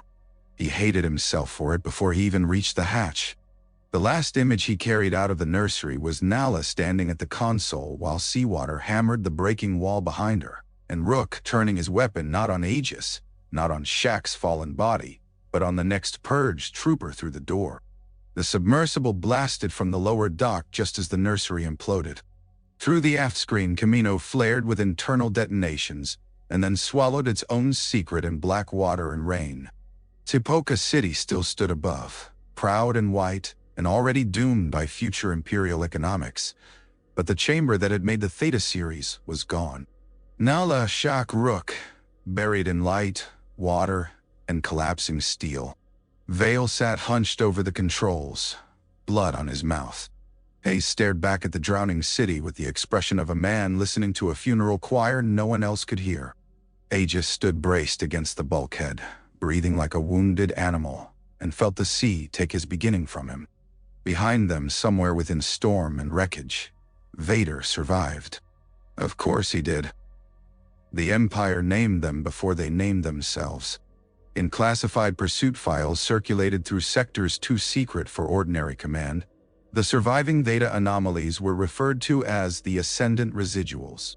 It was an ugly bureaucratic phrase, but from it leaked a simpler nickname among officers and intelligence clerks, the Ascendant. Not because they had risen above anything, because they had refused to remain buried. 3 standard years passed between Kamino and the frozen ruin on Neshar Dor. In those years, the galaxy hardened under Imperial order. Clone units were phased out or absorbed into occupation regiments. Stormtrooper recruitment expanded. Worlds learned to lower their eyes during troop transports. Jedi survivors became rumor, then warning, then hunting priority. Across that same darkening map, a handful of impossible reports circulated in low channels. A white-armored figure leading refugees through interdiction zones. Imperial slavers found unconscious with their cages open from the inside. Black site convoys arriving to discover targets already gone. Their guards alive but disarmed. Their doors fused shut by heat no standard detonator had produced. Most reports were dismissed. Some were buried. Vader read all of them. Aegis never called what remained of them an order. There was no ceremony, no manifesto, no grand claim to destiny. There was only survival stretched long enough to become choice. He, Vale, and Hayes fled first into forgotten lanes, then into the uncharted frost corridors beyond mapped supply routes. With them traveled 6 cadets too young to have been fully taken by the chips on Kamino and too damaged ever again to become ordinary soldiers. They learned false names, then true ones. They learned to sleep without waiting for alarms. They learned that food could be taken from gardens instead of ration crates. That sky could belong to a world no one had numbered for exploitation yet.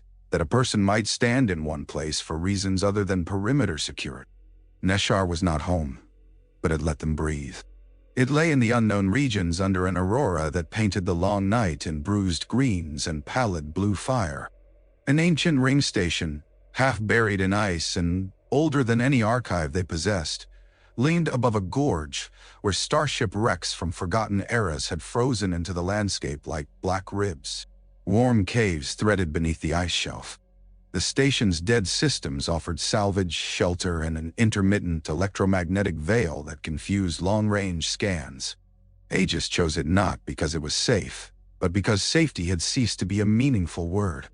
It was merely difficult to find and harder still to leave if you did not know where the ground ended. Vale became the quiet center of the small settlement. He taught the cadets to strip power couplings, to read weather, to cook without wasting heat, to speak to one another as people instead of ranks. Haze worsened. The galaxy had broken open inside him during Order 66 and never fully closed.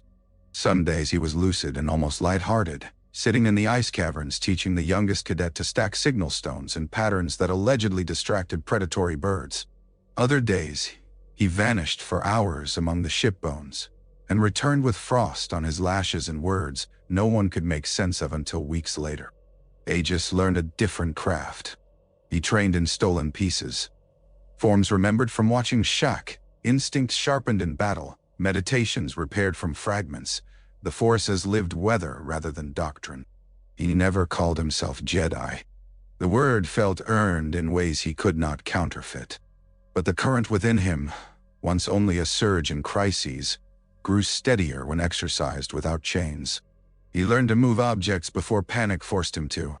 He learned to quiet his mind enough to sense approaching life through snow and metal. He learned that mercy required preparation no less than violence did. They helped when they could. A refugee crew from Baldemnik limped into the region with a failing hyperdrive and Imperial debt patrols behind them. The Ascendant, Though only the Empire used the name, hid them under the ring station ice until the patrols moved on. Later, a transport of political prisoners vanished from an Imperial route chart and reappeared empty except for sedated guards, their shackles opened with impossible precision. Aegis did not pretend these gestures changed the galaxy. He knew too well how large cruelty could be, but each life carried out from under it felt like an argument worth making. Vader found the pattern by following what Aegis could not stop leaving behind: choice. The Imperial arrival on Neshar began with silence. Sensors did not chirp. Alarms did not trip. Hayes simply looked up from the cave mouth one blue morning and said, "He's here." The aurora had dimmed to pale threads. Snow moved lazily across the gorge. Far off, black shapes descended between ice cliffs with the patient certainty of hunters who had already closed the trap. "Take the cadets below station level," Aegis told Vale. Vale looked at him once and understood, as he always had, the sentence beneath the sentence. If there is a way out, use it. If there is not, make one. If I fail, do not let failure end the line here. "Don't be noble," Vale said. "I'm being practical." "You were never convincing at that." It was almost a smile. Almost enough to pass for ordinary. The first purge wave hit the outer wreck field with ion fire. Ancient hulls exploded in blue-white blooms. Snow fell from the ring station ribs in glittering sheets. Cadets ran under Val's guidance toward the lower tunnels. Hayes remained on the ice shelf beside Aegis, coat snapping in the wind, face turned toward the descending shuttle. "I know this part," he said. "Do you survive it?" Hayes considered. "That depends on what you mean." Vader came out of the blowing snow with soldiers at his back and Rook at his side. Aegis knew his brother at once despite the changes. Imperial black armor plated over modified clone undergear. Scars radiating from the base of the skull where the chip had likely torn and been replaced or disciplined by surgery. Thinner than before. Harder in the face, yet with the old violence banked so tightly it seemed brittle. Rook held a rifle at low ready, muzzle angled toward the ice, and his eyes found Aegis with a stare full of hatred that failed, on second look, to be simple. "Target confirmed," one of the purge troopers said. Vader's respirator answered in bleak rhythm. "Alive." The battle spread across the wreck field in shards. Hayes took the first two purge troopers by collapsing a suspended wing section onto them before their rifles came level. Aegis moved through the snow and metal at once, using the ship bones for cover, hitting where lines broke, never holding still long enough for the black armor to bracket him. Imperial shots lit the white ground in furious red punctures. Vale's return fire came from higher ice ledges where he shepherded the cadets down toward the lower station vents.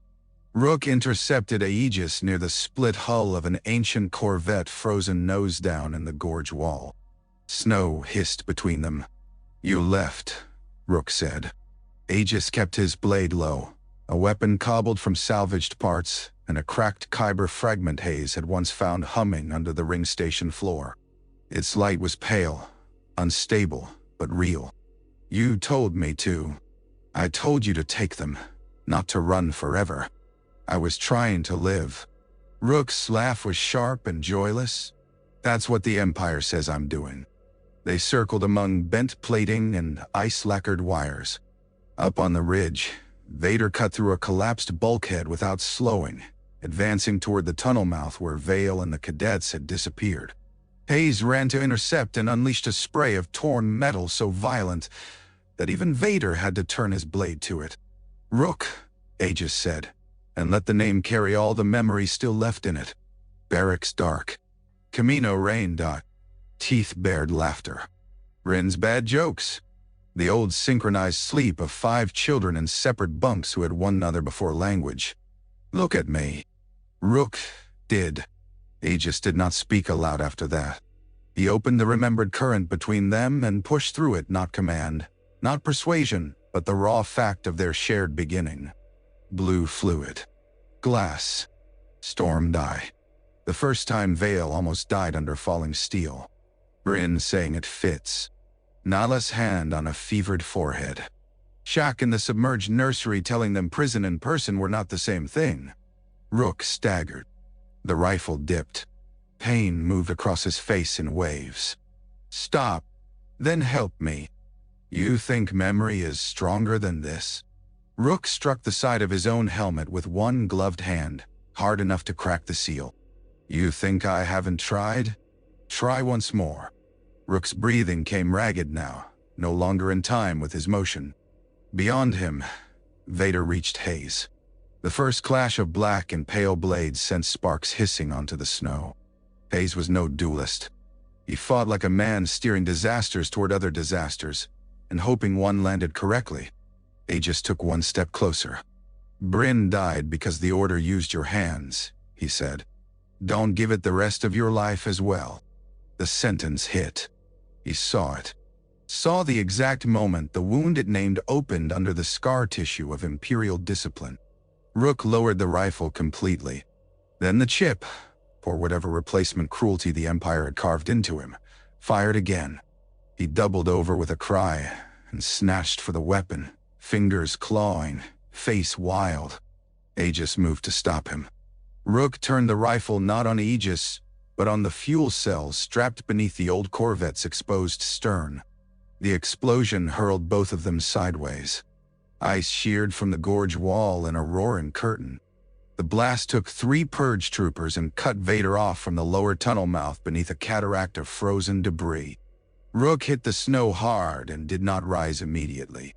When Aegis crawled to him through the ringing in his head, his brother was on his back staring up at the aurora, breath smoking thinly through the fractured helmet seal. "There," Rook said. Blood darkened the corner of his mouth. One clear order. Aegis knelt, one hand already reaching toward the wound in reflex, though he knew from the angle and the color there would be no saving it. Rook's eyes shifted toward him. The old ferocity had burned off.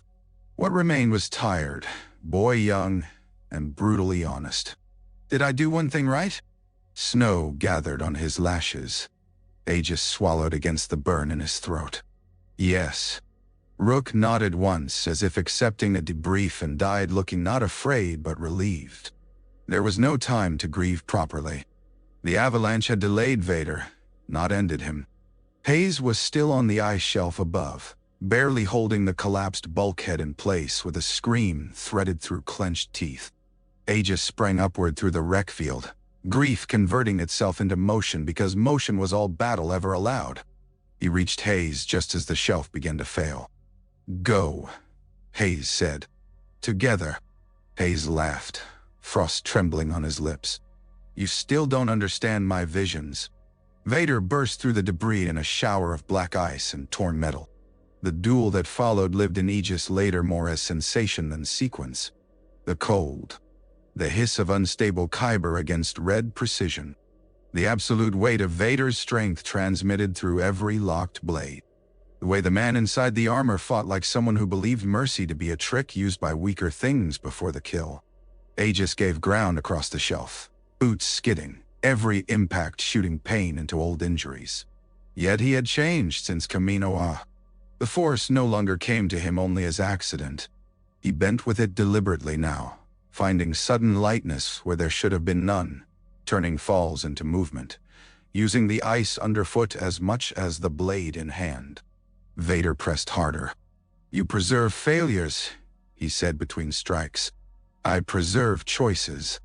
Choice is a luxury purchased by power." "No," Aegis said, driving aside a killing cut with both hands shaking from strain. "Power is what frightened men build when they can't survive other people choosing." For the first time, Vader hesitated. It lasted less than a heartbeat. It was enough. Hayes screamed and tore the remaining support pylons out of the ice shelf. The world broke. The section of shelf beneath Vader split and plunged. Black armor vanished into a white storm of ice slabs and metal bones collapsing into the gorge. Aegis flung himself sideways as the crack raced under his feet. Hayes did not move fast enough. He stood in the center of the breaking shelf with his face lifted into the aurora like a man finally hearing the end of a song. "Hayes!" Aegis shouted. Hayes looked at him through the flying ice. "Told you," he said almost gently. "Depends what you mean." Then the shelf fell and took him. Aegis hit the far ledge hard enough to black out for a second. When he dragged himself up, the gorge was a chaos of ice, shipwreckage, and avalanching snow. No sign of Haze. No sign of Vader. Both could be dead. Neither likely was. Vale emerged from the lower tunnel with 2 cadets behind him, faces white with cold and terror. "Move," he said. Aegis looked once into the gorge where brothers had vanished into white ruin, and then turned away because the living were still waiting on him to decide whether grief would make him slower. They ran into the deeper tunnels of Neshar, while the gorge kept swallowing the dead. They did not return to Neshar. Too much of the place had become a grave, and graves draw those who worship certainty. Vale led them along a chain of half-mapped routes Hayes had once muttered in his sleep, jumps through dangerous currents, blind descents into dust-ring systems, a passage along the edge of a red giant's electromagnetic balloon that stripped every nav chart they carried and forced them to trust instinct, salvage data, and old stars. The cadets endured with the hard flexibility of the very young, grieving by turns, and then forgetting to grieve for an hour, because hunger or wonder or exhaustion demanded attention first. Aegis admired them for that more than for any battlefield courage. Survival often belonged to those who still permitted life to interrupt mourning. The valley they found at the end of those routes would never have impressed an empire. That was one of its virtues. It lay on a world no registry named, enclosed between low mountains furred with dark trees and cut through by a river so clear that stone seemed to float beneath it. Dawn came there slowly in gold bands that climbed the slopes rather than crashing over them. The soil was black and generous. The wind carried grass seed instead of ash. There were no military installations, no trade lanes, no obvious resources worth a conquest fleet's time. If a great power had ever noticed the place, it had decided its beauty could not be monetized and moved on. Aegis stepped from the ramp of their patched freighter and did not know, at first, what sensation had hollowed him out. It took him a moment to identify it. Silence. Not the disciplined quiet of the temple. Not the frightened stillness of people hiding from patrols. Not the dead air before artillery. Simply a world going about the business of living without reference to war. Insects moved in the grass. A bird called from a cedar. River water folded over stone in a rhythm so like the runnel on Corasont that he had to close his eyes against the ache of remembering. Vale came to stand beside him. "Can you stay here?" he asked. The question contained more than geography. Can you stop running long enough to make a life? Can you carry the dead without becoming one more of them? Can you stand under open light and not wait immediately for orders, alarms, betrayal? Aegis looked out across the valley. The cadets were already exploring the riverbank in twos, cautious at first, then faster as their bodies learned there were no hidden mines under every pretty surface. One of them had taken off his helmet and was letting the morning wind hit his face like something extravagant. "I can try," Aegis said. They buried the helmets first. Not in the ground like relics no one should remember. Beneath young trees planted along the valley edge where the soil held moisture and morning sun in balanced measure. One for Bryn, though no body had returned. One for Hayes, though what remained of him was probably entombed forever in Neshar ice.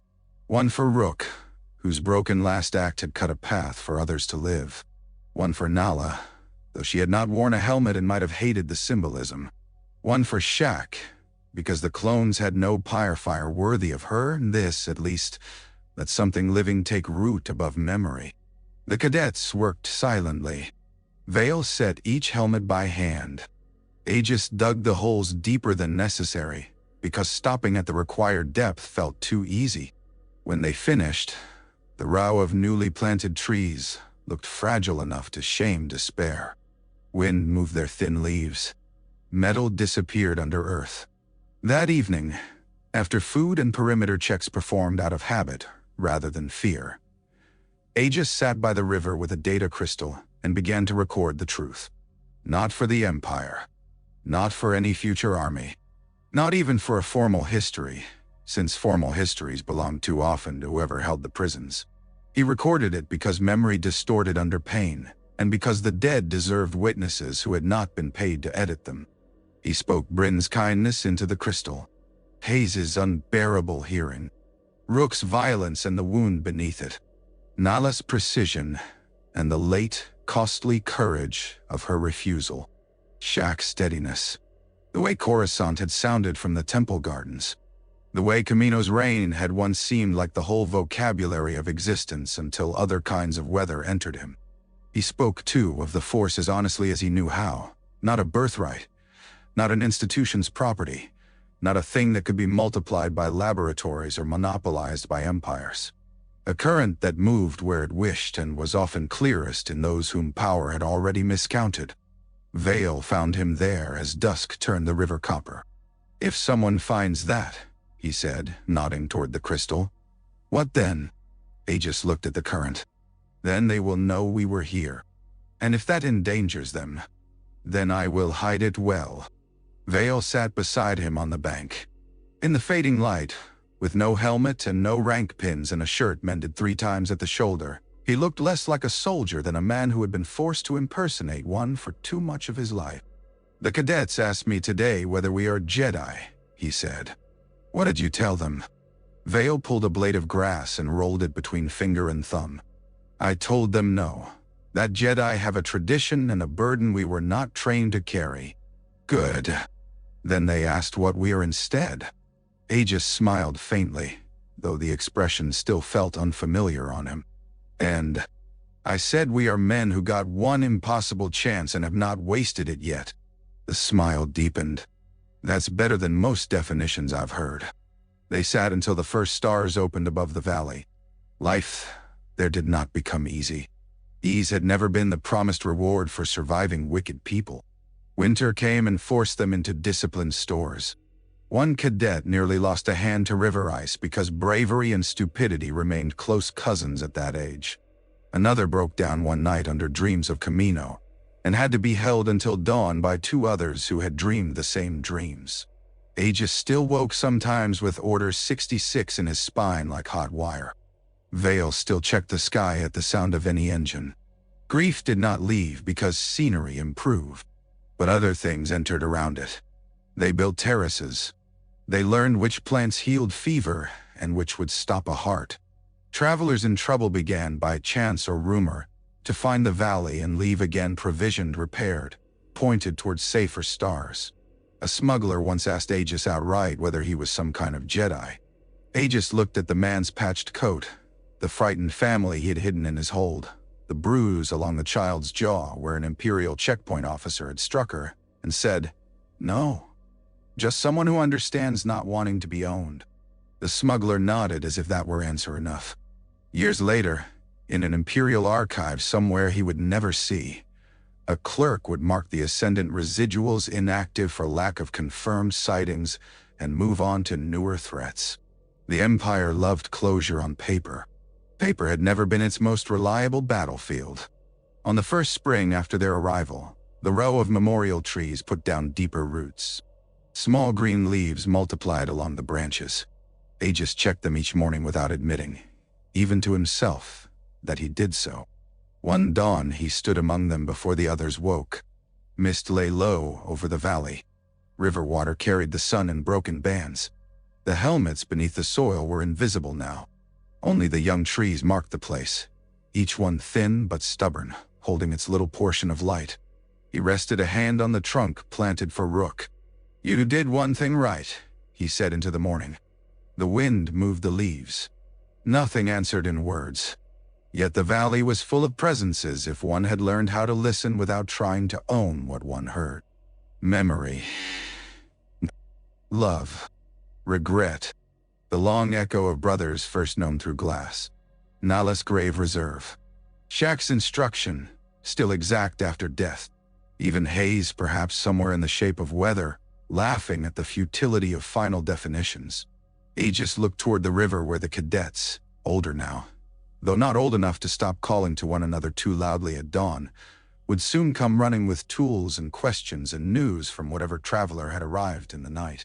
He thought of Kamino, of Corasont, of the Temple Garden, of a galaxy too often ruled by men who mistook domination for order and order for peace. He thought of the wicked question that had made him. whether the Force could be bred to obedience. The answer, at last, seemed almost kind in its clarity. No. How? It could flood a laboratory and survive the attempt. It could wake in damaged vessels and refuse the names assigned to them. It could move through soldiers, through children, through grief, through all the broken architecture of empire, and still remain itself, wild, indivisible, asking always not who owned it, but who would listen when it demanded courage. Aegis stood in the gold-widening light and let the morning touch his face. He had been made by fear, trained by violence, nearly claimed by command. None of those things had proven final. Around him, the valley breathed with quiet life no throne had authorized. Behind him, young trees held the dead without surrendering them to silence. Ahead lay work that would never be famous, and therefore might remain good. When the others came down to the river and called his name, he turned at once. Not because he was ordered, because he was needed.